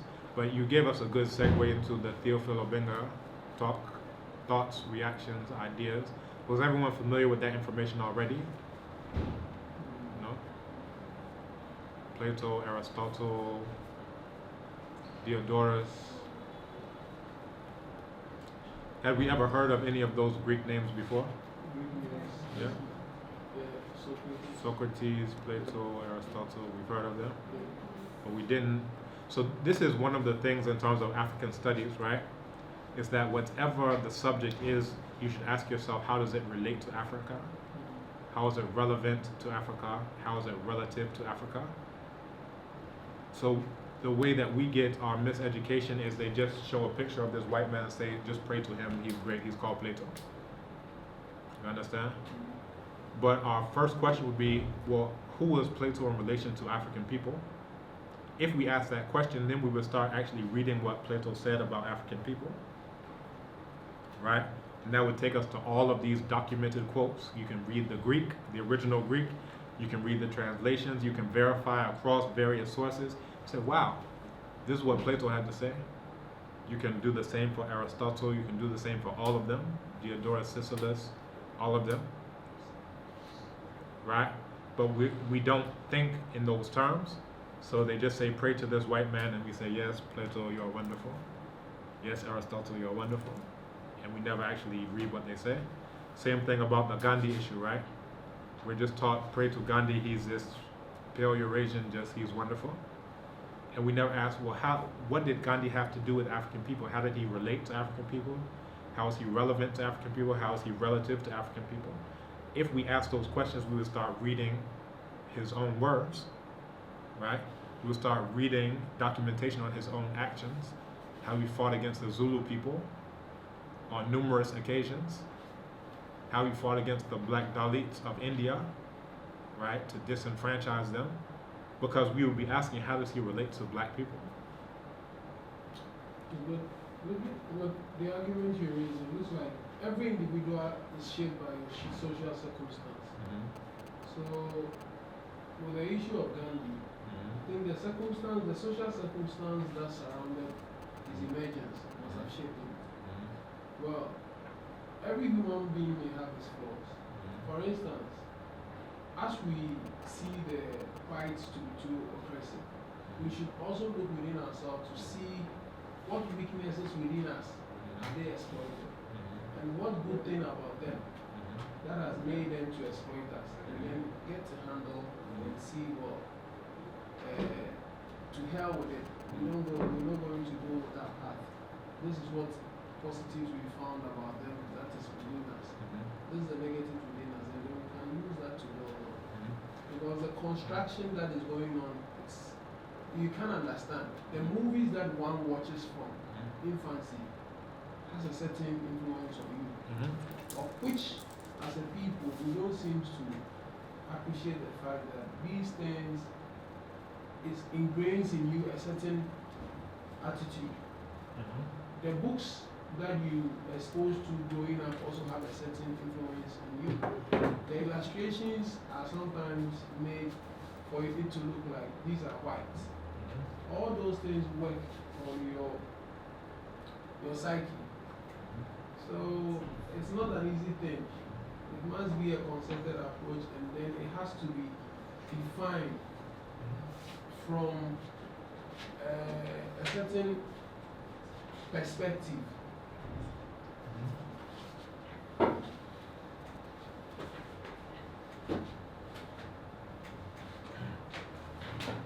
Okay. So you're saying that we should start to try to look at the positives from them, from the whites and Europeans, Eurasians, right? So by virtue of our miseducation, diseducation, and anti-education, this is what we know about white positives. This is what we know about black positives. So you're saying we should start, this is all we know. We don't know anything else. You understand? Then we can look at, this is what we know about the white negatives. This is what we know about the black negatives. You understand? What would be, you know, what you're saying, it would make sense if this wasn't the case. What you're looking to do now is to have some level of balance, right? And to have any level of balance, you have to address this misinformation that has already come into the system. Now, most people are not familiar with Gandhi at all. They've never read anything from Gandhi, right? We're just taught that this is a great idol to worship, right? Now, to talk about his circumstance, there were other Indians who were very much like Dr. Ambedkar, who was a champion of the black people, the indigenous black people of India. Now, Gandhi was upper caste Hindu, so he always saw the black people, whether they happened to be on the continent of Africa or in India, as the lowest rung of society, and he did everything in his power to keep them at the lowest rung of society. So these are some of the things that once we do research, all we're taught is the miseducation, right? All we're ever taught is these are the good things about Gandhi. Don't we have similar situation in our case? For instance, if you follow the pre-independence politics, Lucia will tell the program that you are of inferior intellect. You understand? So it tells you human beings, as it were liable to have some friction, which is based on either ethnicity or tribe. So perhaps with the case of he and the other Indian ethnic arrangement, that is how he sees it. When you come to our case, there are also instances we can cite that, well, this person saw this person out. He's coming from a minority tribe. And for that matter, he doesn't measure up in terms of sexual standing. And those things are normal. But then, Gandhi was made an icon by Indians. Africans too can also make certain African personalities their icon, and then we get along. Not only by Indians, but also by whites, as this is the model for you black people to follow. Now, our question, if we were critical thinkers, would be, why are they putting this person as an icon for us? I hope you understand what we're saying is that when your enemies give you your heroes, there's something wrong. You understand? You are not making the decision of this is someone who should be followed. Someone is making that decision for you. As a critical thinker, you should ask yourself, why is my enemy giving me my hero and saying that this person is my hero? You understand? What do they plan on getting out of that? You understand? And then what would you possibly get out of it by selecting your own heroes? Again, what I would, just on the Gandhi issue, I would encourage people to actually read about Gandhi's actions. You understand? Because we don't know anything. And then what happens is that once we are given miseducation, we try to defend that miseducation. That my colonial master told me that this is good, so regardless of anything else. And there's a quote, and I'll paraphrase, basically about Gerald Massey. He says, they must find it difficult, those who take authority to be truth, as opposed to those who take truth to be authority. What we have now as Africans, and this is what you're saying to me, is taking authority to be truth. They said Gandhi was good, so you're going to defend it regardless of whatever else. We're not thinking critically at all. We haven't read anything by him. We haven't read anything about him. They just said he's good, so now I'm going to defend that he's good. our job as scholars, as critical thinkers, would be to actually read early life, later life, what did he actually do? And if what he did was in order to subvert all of the goals of African people, then we should question our enemies giving this as an icon. This is just saying critically read something as opposed to try to justify what your enemies have done as a decision. They made that decision for you, and you're just going along with whatever they said to do. I don't know. I have a very peculiar personal experience as I became a missionary. I didn't really have a motivation. I cannot say I was sleeping and God gave me the message, or someone, a priest told me that I should be a missionary. It was not like that. I met a priest, the first black priest from Colombia, because in Colombia it was not allowed blacks to be priests. It was only for whites. And one day I met a black priest with dreadlocks. Hey, and I like the style of the priest. And not because of the deep spirituality or whatever, because I didn't know. I just like being this guy, being like someone else could be, and I follow up, and I became a missionary. I said, I don't want to be a priest, I want to be a missionary, I want to work as much as possible, not in churches, as in social work. That's how I became a missionary. But coming to the churches in Colombia also, it was not allowed to blacks to bring drums to the celebration. So I said, that would be one of my goals. I will be in the church and I will push for these things to happen. And we just not have, we just didn't bring the drums to the churches. And we are having mass now with drums. But we are also having masses not just in the church. We have a mass outside, not just because there is a big celebration, no. So then we want to, be close to nature and to celebrate with our ancestors outside, and we just do it. That's what we call the African Colombian Mass. I may say, I'm proud to say, I am part of that project. So within the same system, we started building up our own idea of our spirituality. So what I can say is that whichever situation you are in, you need to manage yourself to do a little bit of whatever it is. The first research I conducted in Colombia, was about spirituality and not about baptism or first communion. I did about obligadas, we call it in Spanish when the baby is born. It's a traditional practice. They cut the navel, they put some elements from nature, and according to what you put to the baby, he will have some peculiar behavior. So that's inherited from the African ancestors. So what I brought into my research is that this practice is also a ritual. It was not for Catholics that the obligates are going to be a ritual, but I said this is a ritual. And we follow up the structure, how does it happen, the methodology. And they say yes, it's a ritual. It's not for the Universal Catholic Church, but in the place you go, and they will see obligadas as a ritual. Which methodology I used? They spoke to me about deductive and inductive. I say, but those methodologies will not fit in my research. So I said, why we don't do one circular one? It was very difficult to get someone to accompany me to do the research with the circular methodology. What is it? Finally, we found a professor from Brazil, even from a Protestant church at the university. She was a Catholic, but she studied in a Protestant church. And she took the challenge. She did the research with me. And it was a very successful research. They say it was not for a first degree, it was for a master. What I get. First of all, because I never agreed to put my, and I told you, my data as an appendix, as aside. My data was the first chapter of my thesis. Because I collected it from the elderly people. So why I had to go and look for more materials outside what is the literature review. They were asking, I don't need literature review because this is something from my people. The literature review is from the people. I go and interview them, and that would be the first chapter of my thesis. That was the first complication when I was to do the sustentation of the thesis. However, they say no, it's well done. The second chapter, a little bit part of the history. The third part some theological implications, and the third chapter was my proposal of the practice as a ritual for the African descendant community. So, staying in the same framework of the Catholic Church, I have been able always to find my way. Not just when I say I want to go to Memphis, Tennessee, and I went there, I want to come to Africa, I came to Ghana.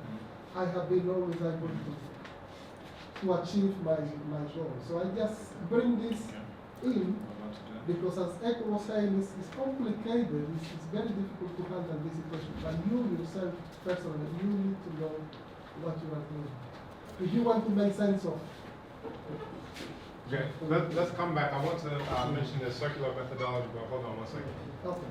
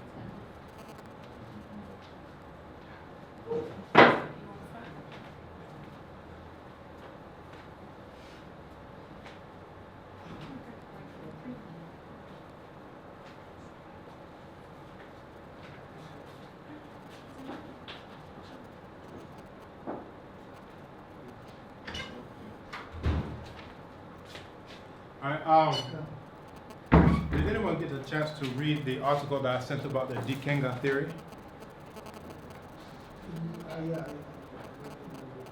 Did you get a chance to read it? So it was basically talking about a circular theory for understanding literature. If you haven't got a chance to read that, try to read that. The other issue, and it ties into what we mentioned before, is that, we've talked about the white positives versus the black positives. The other issue that we start off with is, this is our knowledge about white knowledge, and this is our knowledge about blacks. So if we are saying that we are going to neutrally and objectively choose the positives and the negatives from the whites, that gives us a much larger pool than what we can do about knowledge of African people, even our own ethnic groups that we come from. What's the creation story of your own people? Most people, they know Adam and Eve, and that's it. What is the concept of knowledge? What is the concept of psychology? What is the concept of healing? Of even just your own people who founded our knowledge base. So, this is one of the challenges, and this is why it's a challenge, is because it was set up intentionally for you to not know anything about yourself, but to know everything about your enemies. So therefore, if you want to choose a hero, you only know the names of 3 people. Whereas if you want to choose a hero from here, you have a list of thousands, right?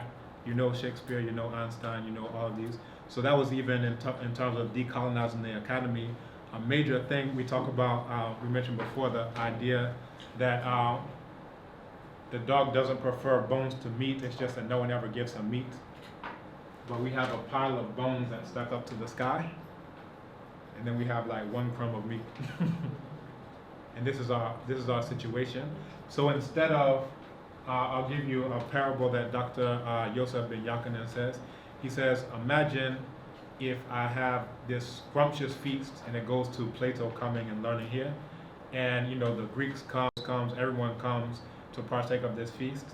Then they go back to their place, and then later I'm in a worse position. I'm hungry.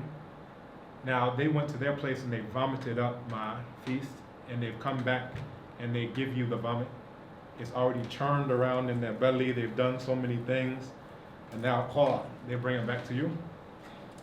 Now, you in your starving position, you decide, all right, this is what I have, so therefore I'm just going to try to find African spices in it. Oh, this one looks like kontomire. All right, this one looks like fufu, right? And this is what we've been reduced to. You understand? You don't even have the knowledge base to be able to make good choices. Now imagine the difference if you go back to the garden, if you actually know how to read the recipes that your African ancestors wrote down. There's a reason why you don't know the location of the garden. And there's a reason why you can't even read the language that the recipes were written in.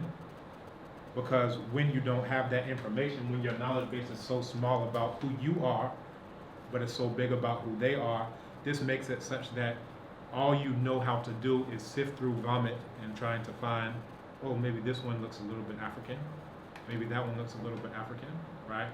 That's why you have to choose heroes from amongst this whole pile of bones, right? So you get their positives and negatives, and that's what you can do.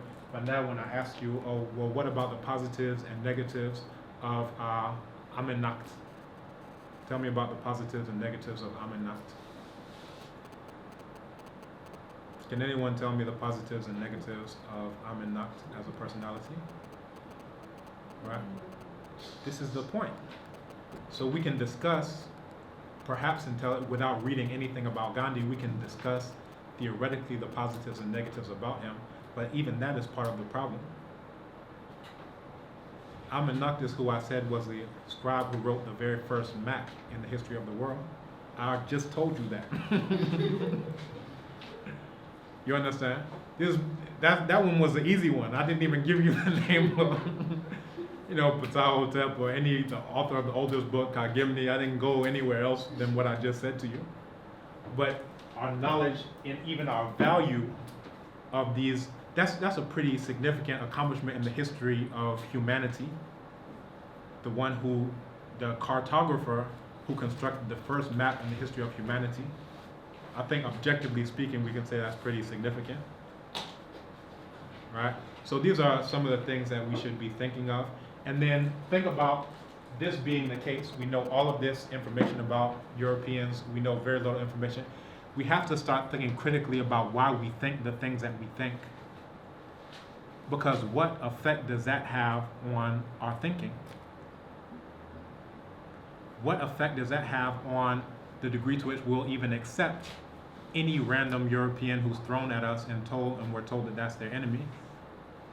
Does the fact that I've been deprived and starved of knowledge about African people, but I've had a whole host of information about Europeans, does that have any effect on my saying, let's accept what they gave to us? So question your own thinking, understand the effects of miseducation, diseducation, and anti-education, but then think about, is that the reason why I think what I think? Is that the reason why I want to wear these clothes that I'm wearing? Is that the reason why I want to speak the language that I'm speaking? Is that the reason why I want to do this to my hair or to my skin? You understand? Think about why you like the things that you just happen to like. Think about the reasons why you dislike the things that you just happen to dislike. And if you can trace the source of this like and dislike, this love and this self-hate, and whatever the case may be, that's when you can start operating on a different level, right? But I wanted to show you some tips and tricks, and then we'll pass it over. This is a document, a Google document, and I'm going to tell you about one way that I'm able to get a lot of writing done. And hopefully I have a good connection. So one thing that I do is that I transcribe the things that I want to write directly into my phone. And as I do that, they show up on the Google document, period. That document then syncs to another document that is online, period. So if I have a good connection, I'll show you here and hopefully it'll show up there for the connection. So this is the beginning of an article. You can pass that around. There we go. It just synced. So literally in a half hour, I can get 3 pages done. right? If there's any mistake in the transcription, then I have it here on my laptop, right? And I can make any corrections to that. I hope you understand. These are tips and tricks that will enable you to go light years ahead of others. Because as opposed to awahin, biwahin, awahin, right? You can say what you, so everything can be a tool for education, whatever tools and instruments you have, every single thing that you have. You're thinking, oh, I'm just saying on WhatsApp, hey baby, you come into a quaffle, oh yeah. But this is now a tool that you can use as a document. I'll show you another one that I use that allows me, let's see if I can get this going. That allows me to read 600-page books in like a day or two. Is anyone interested in that? Is it an app? Is that an app? It's called Google Docs, Google Documents. You can do it in any app that allows you to type. So there's also Microsoft Word for, you know, Android and iPhone. There are So did you sync it? it syncs automatically. It's an online document. So Google Documents is an online document. If you have a Gmail account, if you have Google Drive, it means you have Google Documents. So you can download Google Documents as its own standalone app. And most likely if you have an Android phone, it'll already be on your phone as a default app. But when you do this, now you just open up the document here, and you can be in the car and just do this alone. I'm showing you something else that you can, if there are any errors in the transcription, you can also have it open on another device that you'll be using to type, and now you just edit out the 1 or 2 errors that comes up, and you've done this paper, you've already done it. And sometimes if you're doing something, you start off with bullet points, right? Science, oppression, you know, Eurocentrism, and you say, oh, I just need to know that I need to cover this. Like you do bullet points in a PowerPoint, then you talk around the issues. As you've talked around the issues, you've written your paper. So the Kenga one is one I sent to you. I encourage everyone to read that. This one that I just got done, I sent it to some colleagues internally for comments. That one was done like this, right? And I want to show you something else. Hopefully this one will come up too.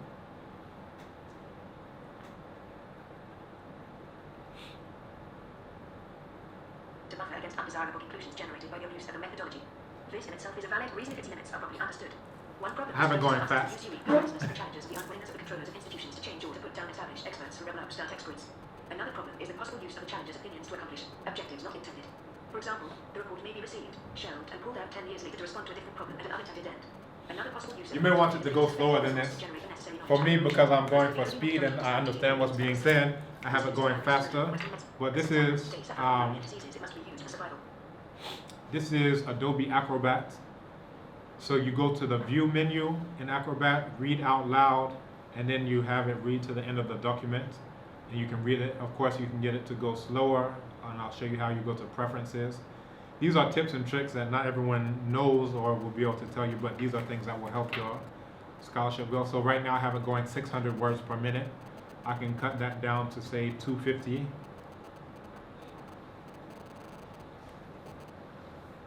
To buffer against undesirable conclusions generated by the abuse of the methodology. This in itself is a valid reason if its limits are properly understood. One problem this poses for us is the USUE powerlessness of the challengers and the unwillingness of the controllers of institutions to change or to put down established experts for rebel upstart experts. Another problem is the possible use of the challengers' opinions to accomplish objectives not intended. For example, the report may be received. So I think you can see how that can be useful. So for me, I have children who are always climbing over me, you know, climbing on my neck. If they see me with a book, they will chew it and throw it away. So with this, I'm able to be hands-free, but I'm reading all of my documents. There's another app on Android. I have an Android called @Voice. Did I mention this to you before? Yeah.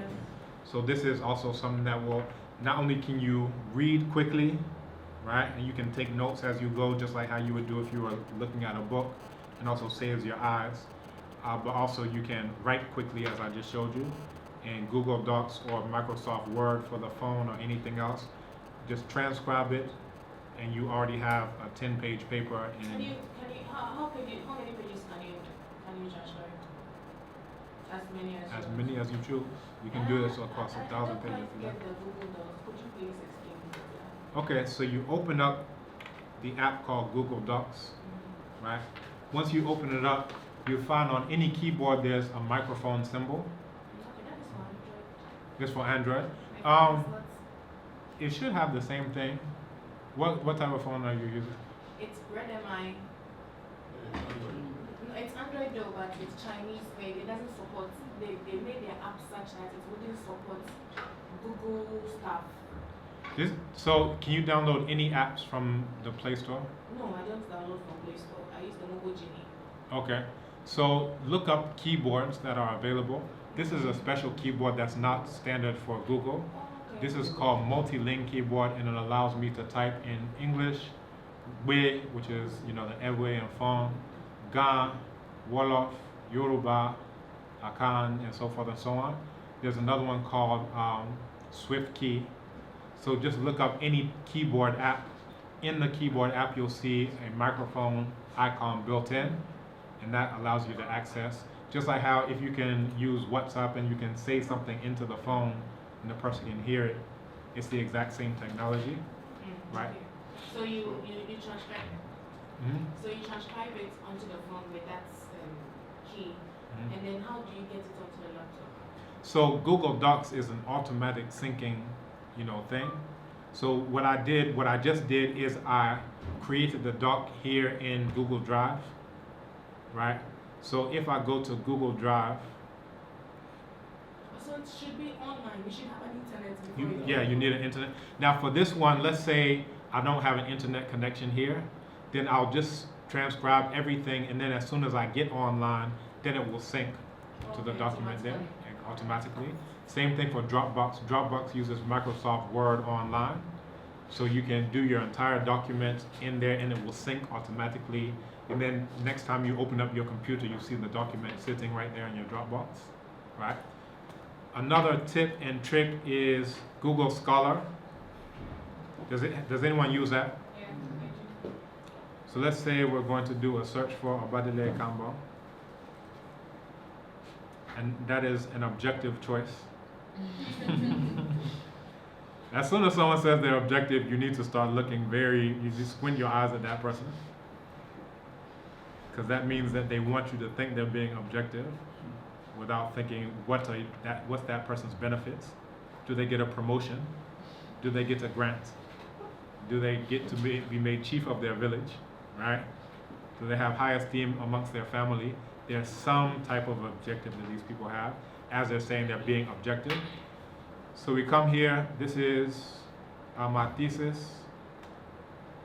I'll come here to cite, and then this comes up. If it's fast enough, hopefully it will come up for us.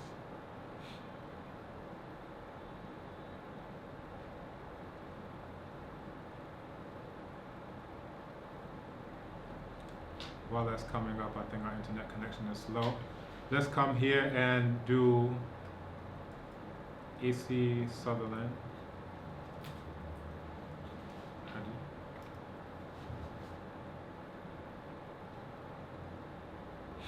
Okay, and this is what I was showing you before. So I come into Google Drive, right? And then I click new Google Docs, and then that opens up a new document. So when I start it here, then I can come to my phone and it will show up under recent documents on my phone, right? It's the exact same document, it's just showing you here, it's showing you here. I can do the same thing here. I can start the document on my phone, then I come here to recent, and then I'll see this new document that I just created here. And this allows me, and this is, you use this as a collaboration tool. I don't know many people who use it in this specific way, that if I'm typing here and you're typing somewhere else, in Kofridria, we're making changes on the document together, right? So I see, oh, you just wrote this, you see that I just wrote that. But now I'm acting like a different person. I'm writing here, but then I'm also editing here. And that makes things very easy for me. Could you please go over the process again? Okay. So I'm here in Google Drive, So drive.google.com. If you have any Gmail, Google account, this is here for you. Go to drive.google.com, sign in, and you'll see all of this. You may not be using it for storage, but it's there. You come here to New, and you click Google Docs. Now your document is created. Once the document is created, you name it, and you'll see that same name here. So I came here and I typed, let's pretend. So I typed academic writing. When I came to my phone, I opened up the Google Docs app, which is here, Docs. And then when I opened it up, I saw academic writing as the top left. It's always coming up to the top. I opened it up, and now I can just transcribe anything I want to say. So literally, things that would have taken you a week to write, you'll be writing in one sitting, like a half hour. And then it's just a matter of you editing any challenges. So you want to speak very clearly. Like if I'm just talking regularly, it's not going to understand anything I'm going to say. But if I enunciate, a bit carefully, I pronounce my T's and I do things like that, every word will come out perfectly, period. Or I can say full stop, I think it understands either one. Right? So now I've come here to Google Scholar, and I have EndNote. Does anyone use EndNote? Yeah. EndNote. So I click here, and now this is going to give me the citation. Once I click on the citation, it will open up here in EndNote. And this is for the article that I just wrote. And I have 43 citations in here, right? Now let me show you, now I've imported this citation from whoever.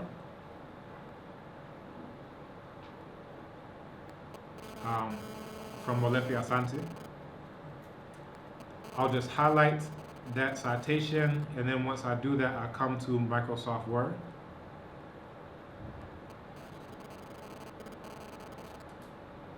And it'll take a second to open up Word. And what I'm going to show you, there's also, so EndNote is, you pay for it, but through our university, they now have licensing, so you can get it just through being a student here, right? And it's extremely helpful for various ways, and I'll show you why. All of the things I've taught you about, this is what APA looks like, or if you don't remember it, you can just go online and say, how do I do a book citation? How do I do a film or lecture citation? All of those things are online.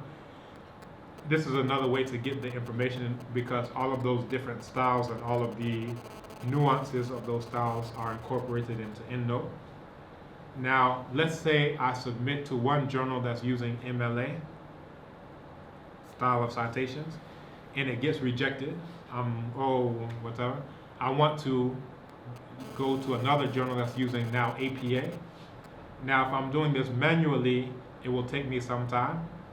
If I'm doing just one sitting, perhaps I can get it done in a day, but usually think about a week, 2 weeks, a month, depending on how long your paper is, especially if it's like a dissertation or book or something.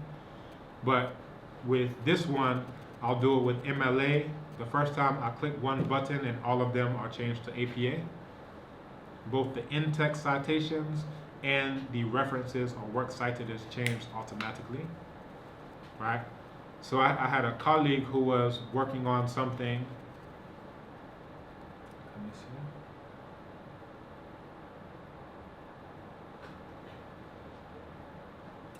This is the article, and I'll change it back and forth so you can see.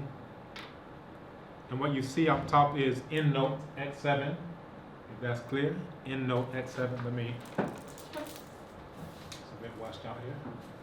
So this is what we're looking at, EndNote X7. And when you install it, it will install this into the toolbar of Word. It's now built in, and it allows you to cite as you write. So EndNote is one. Mendeley, I'll tell you some other options that are out there. So here, this is formatted as APA.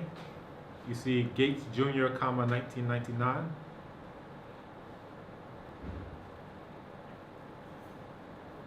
So does everyone see this citation here? Is that clear? So you see as APA, the 6th edition or version. So I come here now, once Word wants to start responding, and what I'll do is I'll switch it to MLA. So just by selecting from the drop-down menu, or let me go to Chicago. I'll go to Chicago author date. You.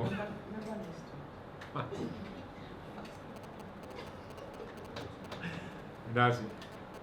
Okay, so we're in less of a rush.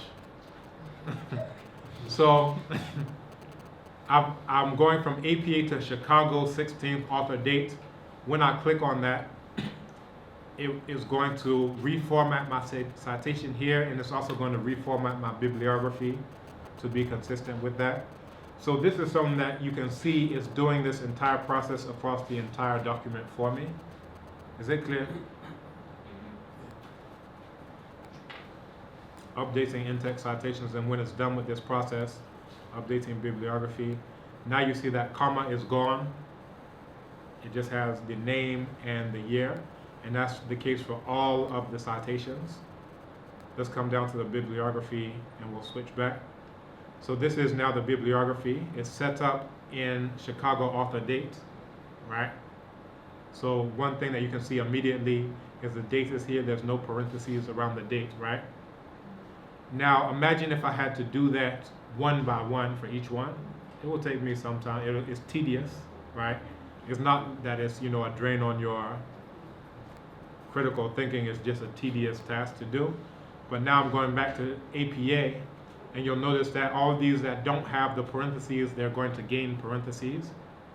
But as opposed to me doing that one by one for each one, it's automatically done.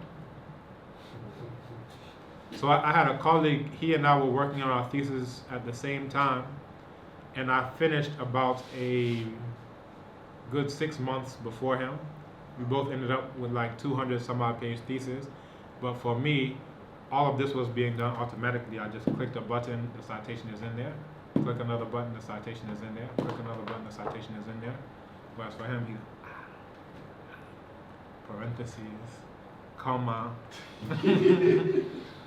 So I said, I will never do this thing as though I'm working on a typewriter. And let me show you. So the way to insert a citation, here I'm at Molefi Asante. I come to insert citation. When I click that, it's automatically going to give me the option. I'll see Asante.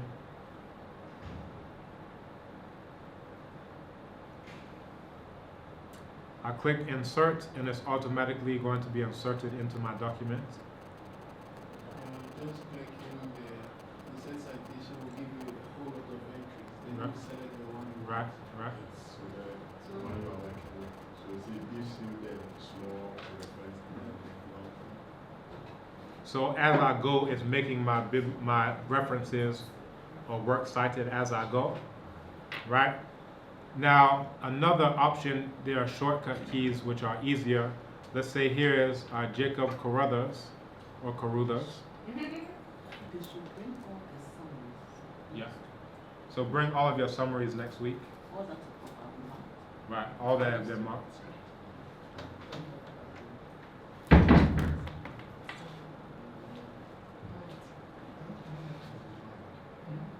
So the ones that we've given back to you,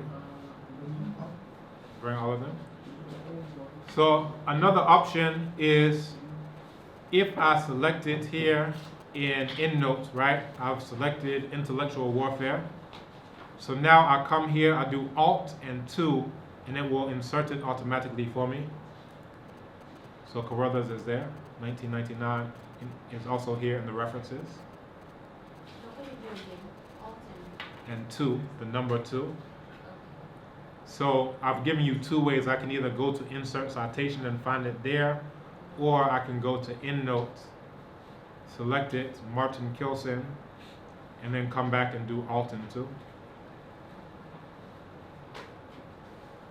So now Kilson is there, both here in the citation and here in the references. So just briefly, this is another tip and trick, a shortcut that will allow your writing to go very quickly. So last year I had 4 articles that were published, right? This year, right now, I have 2 that are accepted and 7 that are under review. So you'll be like, how is Dr. Kalman able to just do 7 articles in one go? And some of the things that I'm showing you are some of the things that I use. But basically the idea is less to make you memorize these different things, but just to think of every single thing as a tool. Any question that you have, type it in, a search, and you'll realize that the question you have, you're not the first person to ask that question, right? How can I cite quickly? It will take you to this, to Mendeley, to whatever. How can I write, how can I dictate on my phone? Then you'll see the instructions. And just remember, all these instructions are there to be easy. It's not, oh, it's so technical, It's like step 1, open the app. Step 2, press the microphone. Step 3, talk.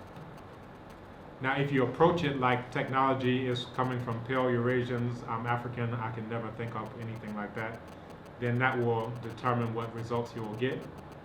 But if you understand that all this technology was invented by African people, not all, but the source is coming from African people, and much of what we now understand as modern technology was also invented by African people, what prevents you from saying, let me just use this thing that is originating and now invented by my own people? So I'm saying just try to overcome these things that come about from this dynamic. We have all this knowledge about whites, we have no knowledge about blacks. One of the side effects to that is what we think about ourselves and our potential, and that's intentional, right? Once you don't know what you've done, then you say, oh, how can me with my small pea-brain African head, how can I ever think it's up? That is the desired result. So just think about how all the things that you think are the desired end result of who made you think it in that way. I hope that's followable. Okay. So these are just a few tips and tricks. Is anything not clear? Do you want me to review anything briefly? There are so many other things that are out there, but these are just very useful and helpful. I have a problem with the Word documents. I have tried, I've sent it to the people for them to look at it, but the EndNote doesn't appear on my Word documents. So you want to reinstall EndNote? I did that. I went there for them to reinstall it, but it still didn't happen. What version of Word are you using? 2013. Oh, it will show up in there. So as you're going through, first make sure that Word is closed, because it can't modify, like as you're doing the installation. If you have, for example, Word open, it can't modify Word as it's open. But then also, you can enable it in your options, so make sure that it's here. Let's see.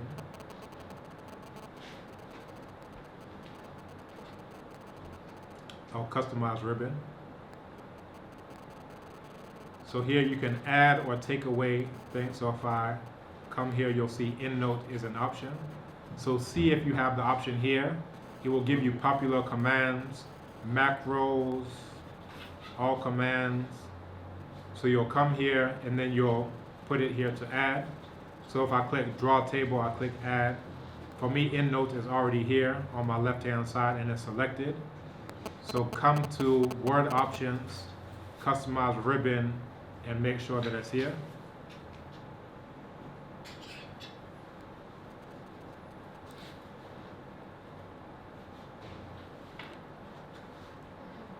Mm-hmm. If you are taking ideas from a book and you are Cite it. actually, yes, outside that, you are taking maybe the whole idea for one paragraph. Do you put the citing in between or just at the end of the paragraph? So you've paraphrased. You've paraphrased. Okay.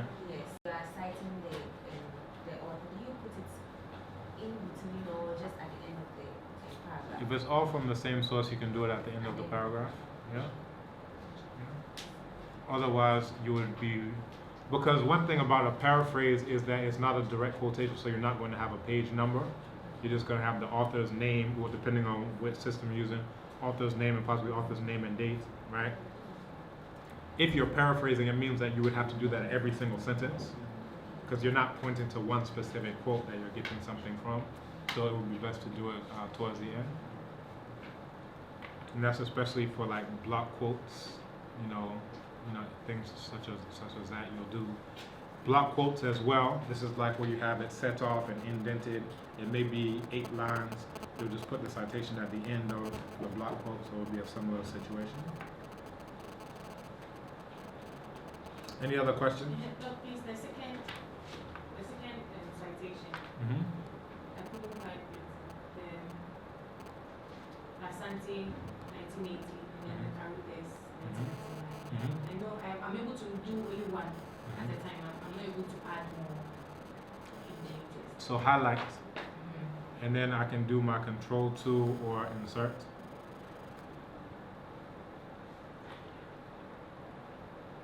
Okay, so that's what the insert upper is for. Mm-hmm. Oh, okay. But you have to highlight it first, First, okay. and you'll see that it's dark gray. So I can either do that, or I can just go to EndNote and do Alt 2 after I've highlighted, and it will show up. Okay. Yeah. And now let's say you need to add page numbers. You right click, and we can probably, no. I often use the edit and manage. So you come down here to edit citation,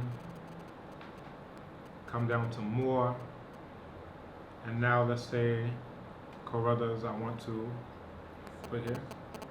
So if I'm doing AP, I'll do comma, page 20, let's say 39. Once I do enter, now it's coming here as Carruthers 1999, page 39. Okay. Right click, let me come to Kilson. Edit citation. Then to more.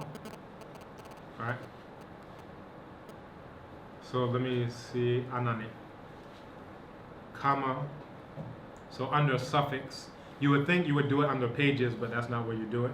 You do it under suffix, right? Comma, pages, let me do pages, 23 through 24.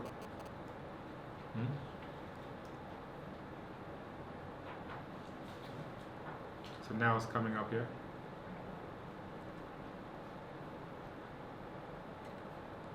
And it seems like a bit of a learning curve, but it will save you hours and hours and hours of life. I don't say time, I'm saying you're using your life to put parentheses here, a comma there, full stop there. And that's time you could be spending with your family, right? So spend like a half hour. And the thing about any of these, EndNote is one, Zotero is another, Mendeley is another, that all of these are very well documented. So you just type it online, you can find instructional videos that you can pause, you take it to this spot and say, hold on, let me go back. Hold on, this is as far as I got, let me actually do it myself. You understand? So these aren't like secret programs that no one knows. You know, there are thousands and thousands and thousands of videos that will walk you through step by step. Pause it, let me do it. Pause it, let me do it, right? So these are helpful. This is what I was showing you before. Let me come to downloads. I went and got the citation, then I click save. And this is of my thesis. And you do a similar thing in JSTOR. Let's do one at a time. So I've gone to Google Scholar, I clicked EndNote, and it has downloaded this citation here, down at the bottom. At the bottom left corner is the citation. Once I click on the citation, it will automatically import it for me into EndNote, right? So Google Scholar and Google Books, and now automatically it's here. So I've gone from not having the citation to now the citation is on my computer. Now what if I want to get that same citation into my document that I'm working on? So I'll type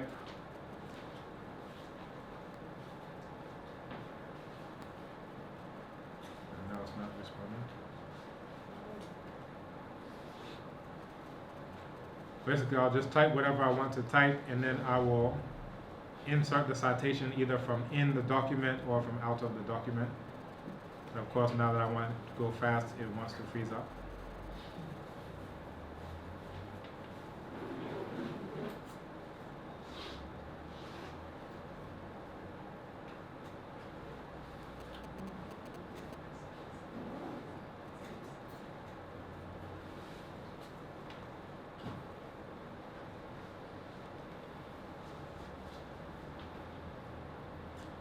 So as Microsoft Word is deciding whether or not it wants to listen to what I'm telling it to do, let's come back. So what I've gotten to in that is I've imported it into my EndNote. Another way to import into EndNote, here I am on JSTOR, right? So I've done a search for AC Sutherland Addy. So Africa as the women tell it. So I can download the PDF, of course, but then I can also come here to cite this item. For this, because I'm using EndNote, I'll export a RIS file. And it says for EndNote, ProSite, Reference Manager, Zotero. All of these are different options. So if I click on it, depending on how slow my internet now wants to move, it will give me the same download. When I click on it, it will automatically import into my document.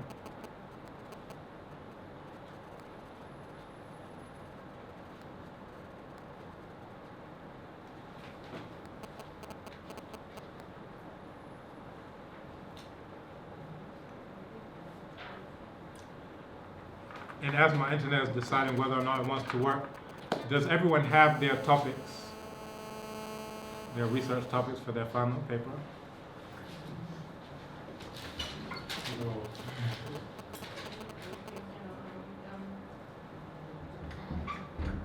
What is your topic?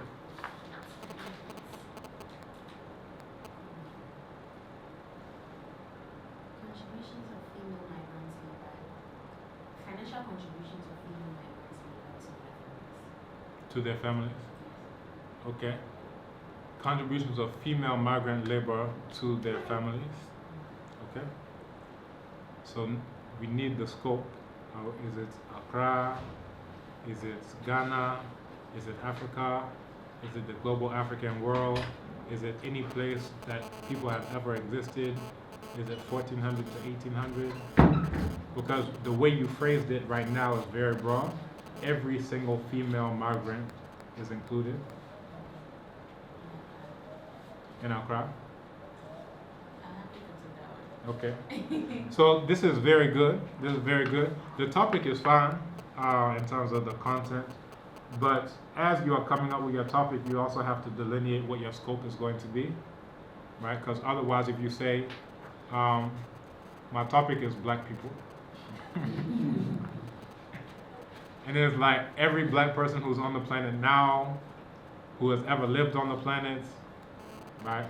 So in there, black people in this space or in this time, in this material, however we're dealing with it. Good? So start writing today. Be doing your literature first. Forms of entertainment in Efutu. Say it one more time. Forms of entertainment in Efutu. Forms of entertainment in Efutu. Especially the evening entertainment. Okay. Forms of evening entertainment. Yeah, as against westernized television. But I'm really free minutes, but that's what I want to look at. Okay. Good. But Doc, are we to decide on the journal, or how do we find the journal and all that? So this is what you are doing. This is part of your assignment. See what journal that would perhaps be fitting for.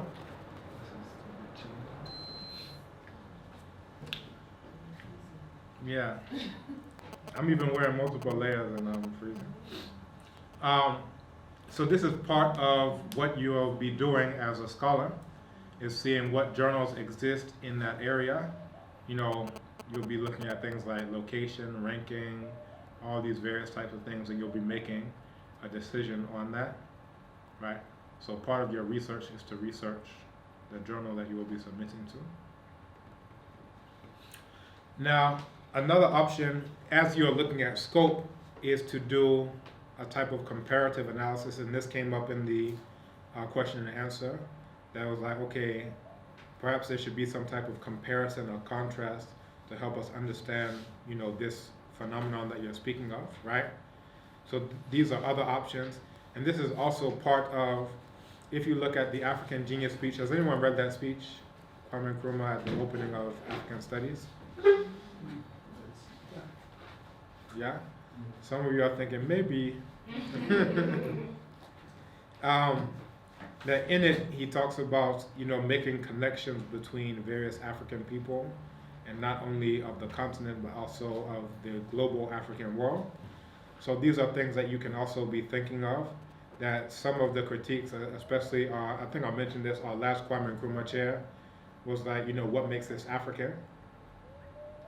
And he lamented often that what we do here is village studies, right?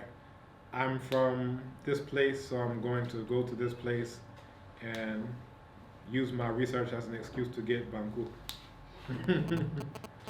I want some TZ, so I'll use this as an excuse to get TZ. So one way that you can avoid village studies, for those who are interested in avoiding that, would be to look at different connections, right? What's beyond just the village that I'm doing my research in. So this falls under scope, right? And you can say, all right, if I'm looking at this in, for example, Ifutu, and I think that this is going to be either similar or perhaps contrast extremely different from what you find in Brazil, right? As you've made that comparison, you've already gone away from village studies to doing African studies. You're looking at the global African world, and you're making some type of contrast. I had a paper that is under review now that I did with Dr. Jahini Kwashi.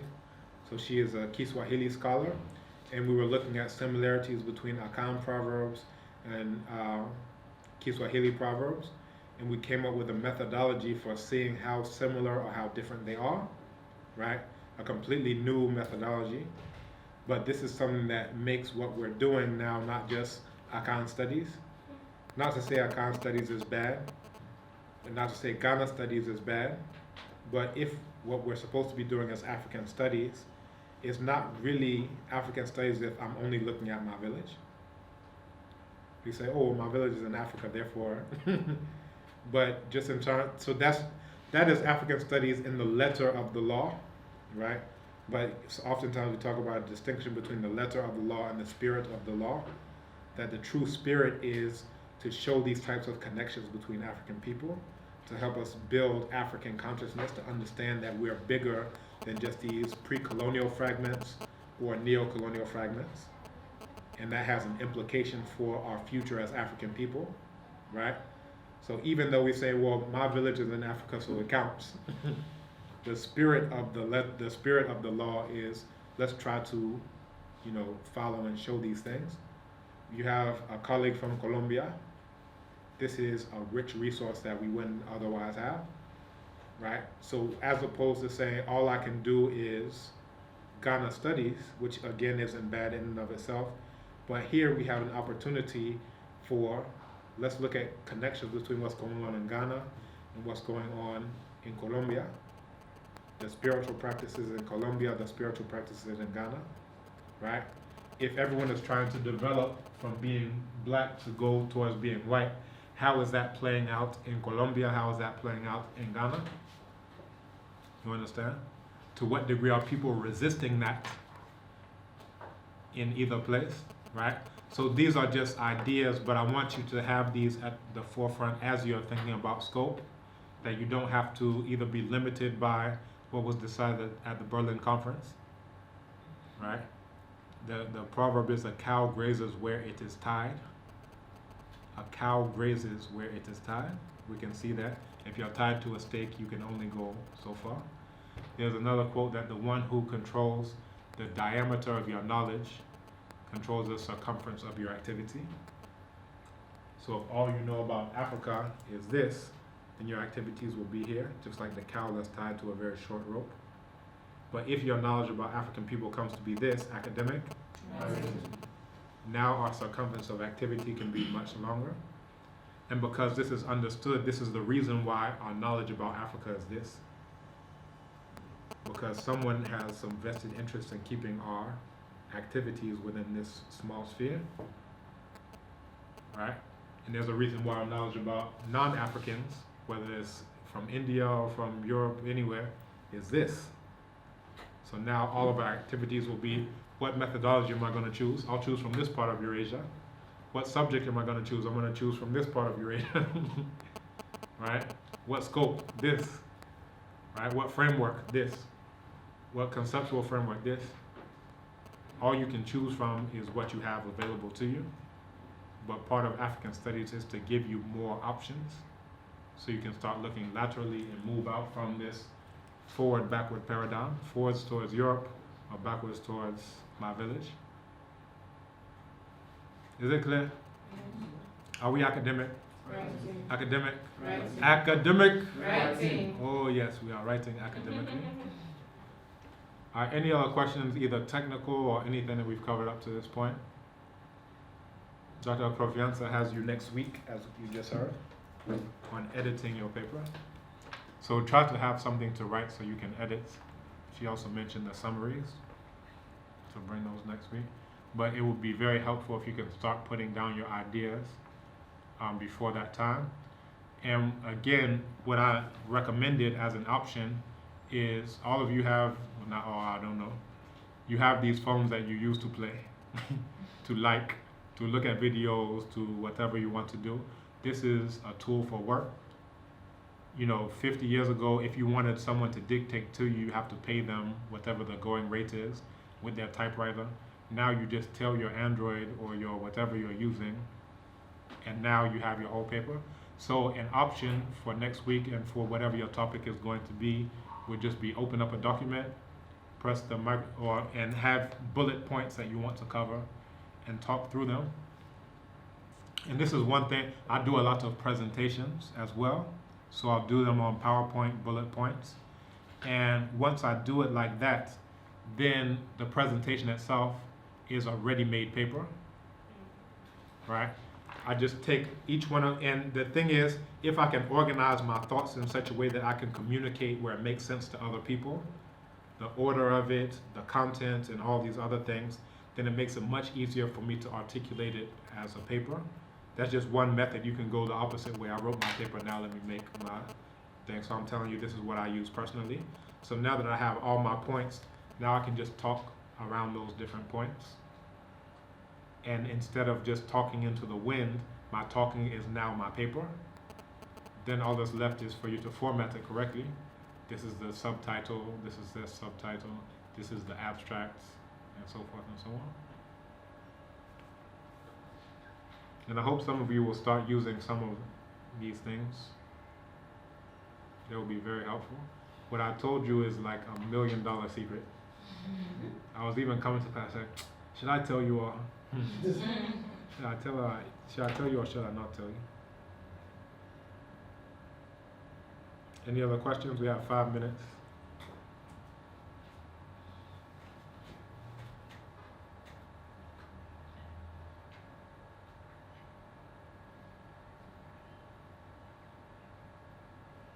Everyone's looking at the sky and looking like, when is my question? Are we okay? Okay. Okay, so we'll close on that then. I'll get these back to you next week. And I may just, give them to Dr. Okrofiansa. But yeah, so science and oppression, Obenga.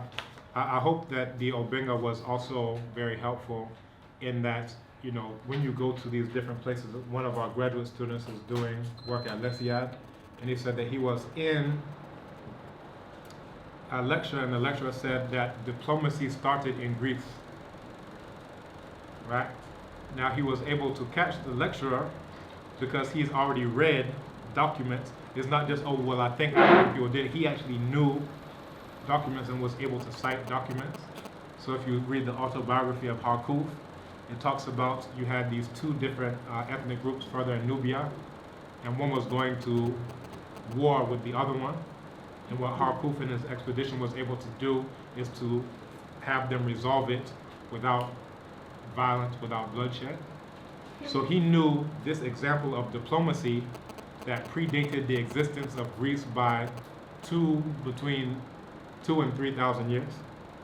There was no such thing as a Greece when they were using diplomacy. The very first peace treaty, he knew an example of that. So once you are able to rectify this situation and have a much larger base, it becomes much more difficult for someone to either intentionally or unintentionally dupe you, right? Now, I don't think the instructor was intentionally saying that I'm going to trick these people. This is all that he ever knew, right? But part of being in African studies is learning more than all you ever knew. Now, he said the instructor was even like, oh, you know, I would like to read more about this. You have different options. You could have an instructor who says, no. I went to Oxford and they told me everything started in Greece and therefore it all started in Greece. But this is also why I'm saying I want you to think about why you think what you think.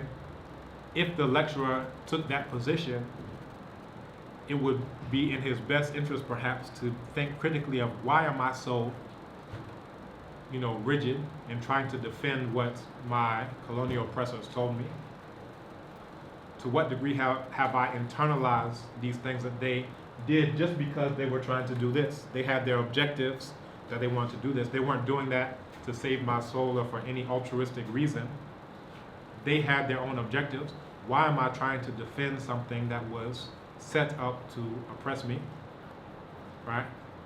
Many people don't think about why they think what they think and don't think about, I think what I think is because all of these wheels were set in motion before I was even born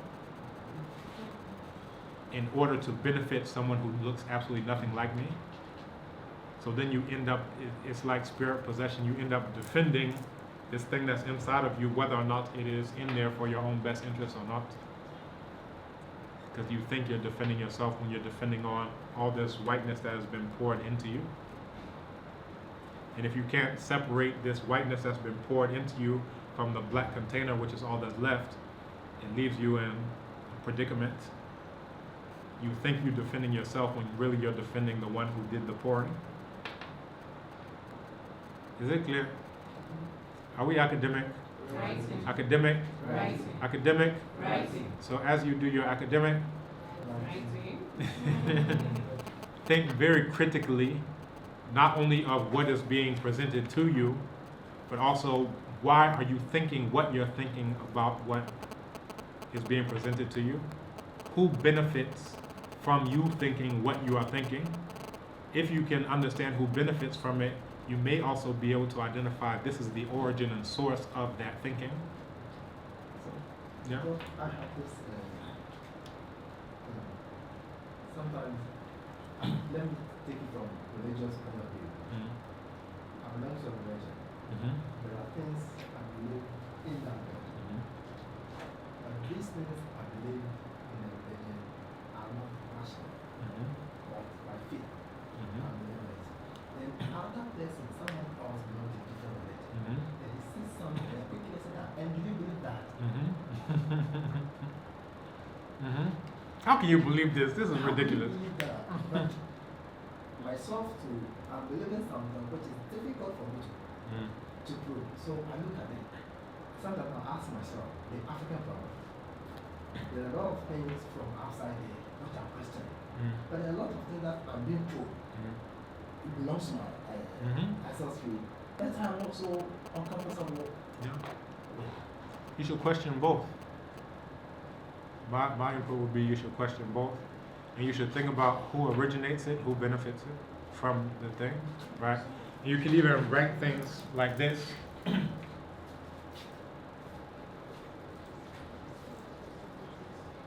So whatever crosses your path, you can see, you could say, all right, let's say that things that benefit African people are of the utmost importance. So let's say African benefits. Then you can say, all right, let's also look at things that originate with African people, right? So you say African origin. Now let's say here you have that which originates with Europeans, European origin, and we come down here to European benefits, right? So you can look at any of these things, and then you can think about in different areas. African people benefit from whatever the thing is in what areas. In the area of economics, in the area of social, in the area of psychology, in the area of spirituality, fine. African people originate this thing, but we don't benefit from it. We should be questioning that thing. So there are things that people do because they think it's African, but really it's not. It doesn't even originate with African people. You think about pouring libation with schnapps, which comes from Netherlands. If you're thinking critically, you'll be like, how long have we been doing this with schnapps? Even if we're saying the practice is African, the thing we're using doesn't originate with African people, and it doesn't benefit African people to be sending millions and millions and millions to the Netherlands for J.H. Henke's, right? So you should be critical of any and all of those things, you understand? But sometimes you say, oh, it's tradition. You'll go to everyone in the community, they'll say, oh, it's tradition. But if you're thinking critically, you'll be like, this could not be tradition because the Dutch haven't been here but for so long, you understand? So be critical of why you think whatever you think, and think about who benefits from this thing. Usually those who originate the thing have their intent to benefit from it, right? So yeah. Please, are we adding the summaries we made to, and we wrote to the doctor office? Yes. Bring all the summaries. All the summaries. You're going to work on editing your work. This is good class. Everyone has been very academic. Right. Academic. Right. Academic. Right. Wonderful.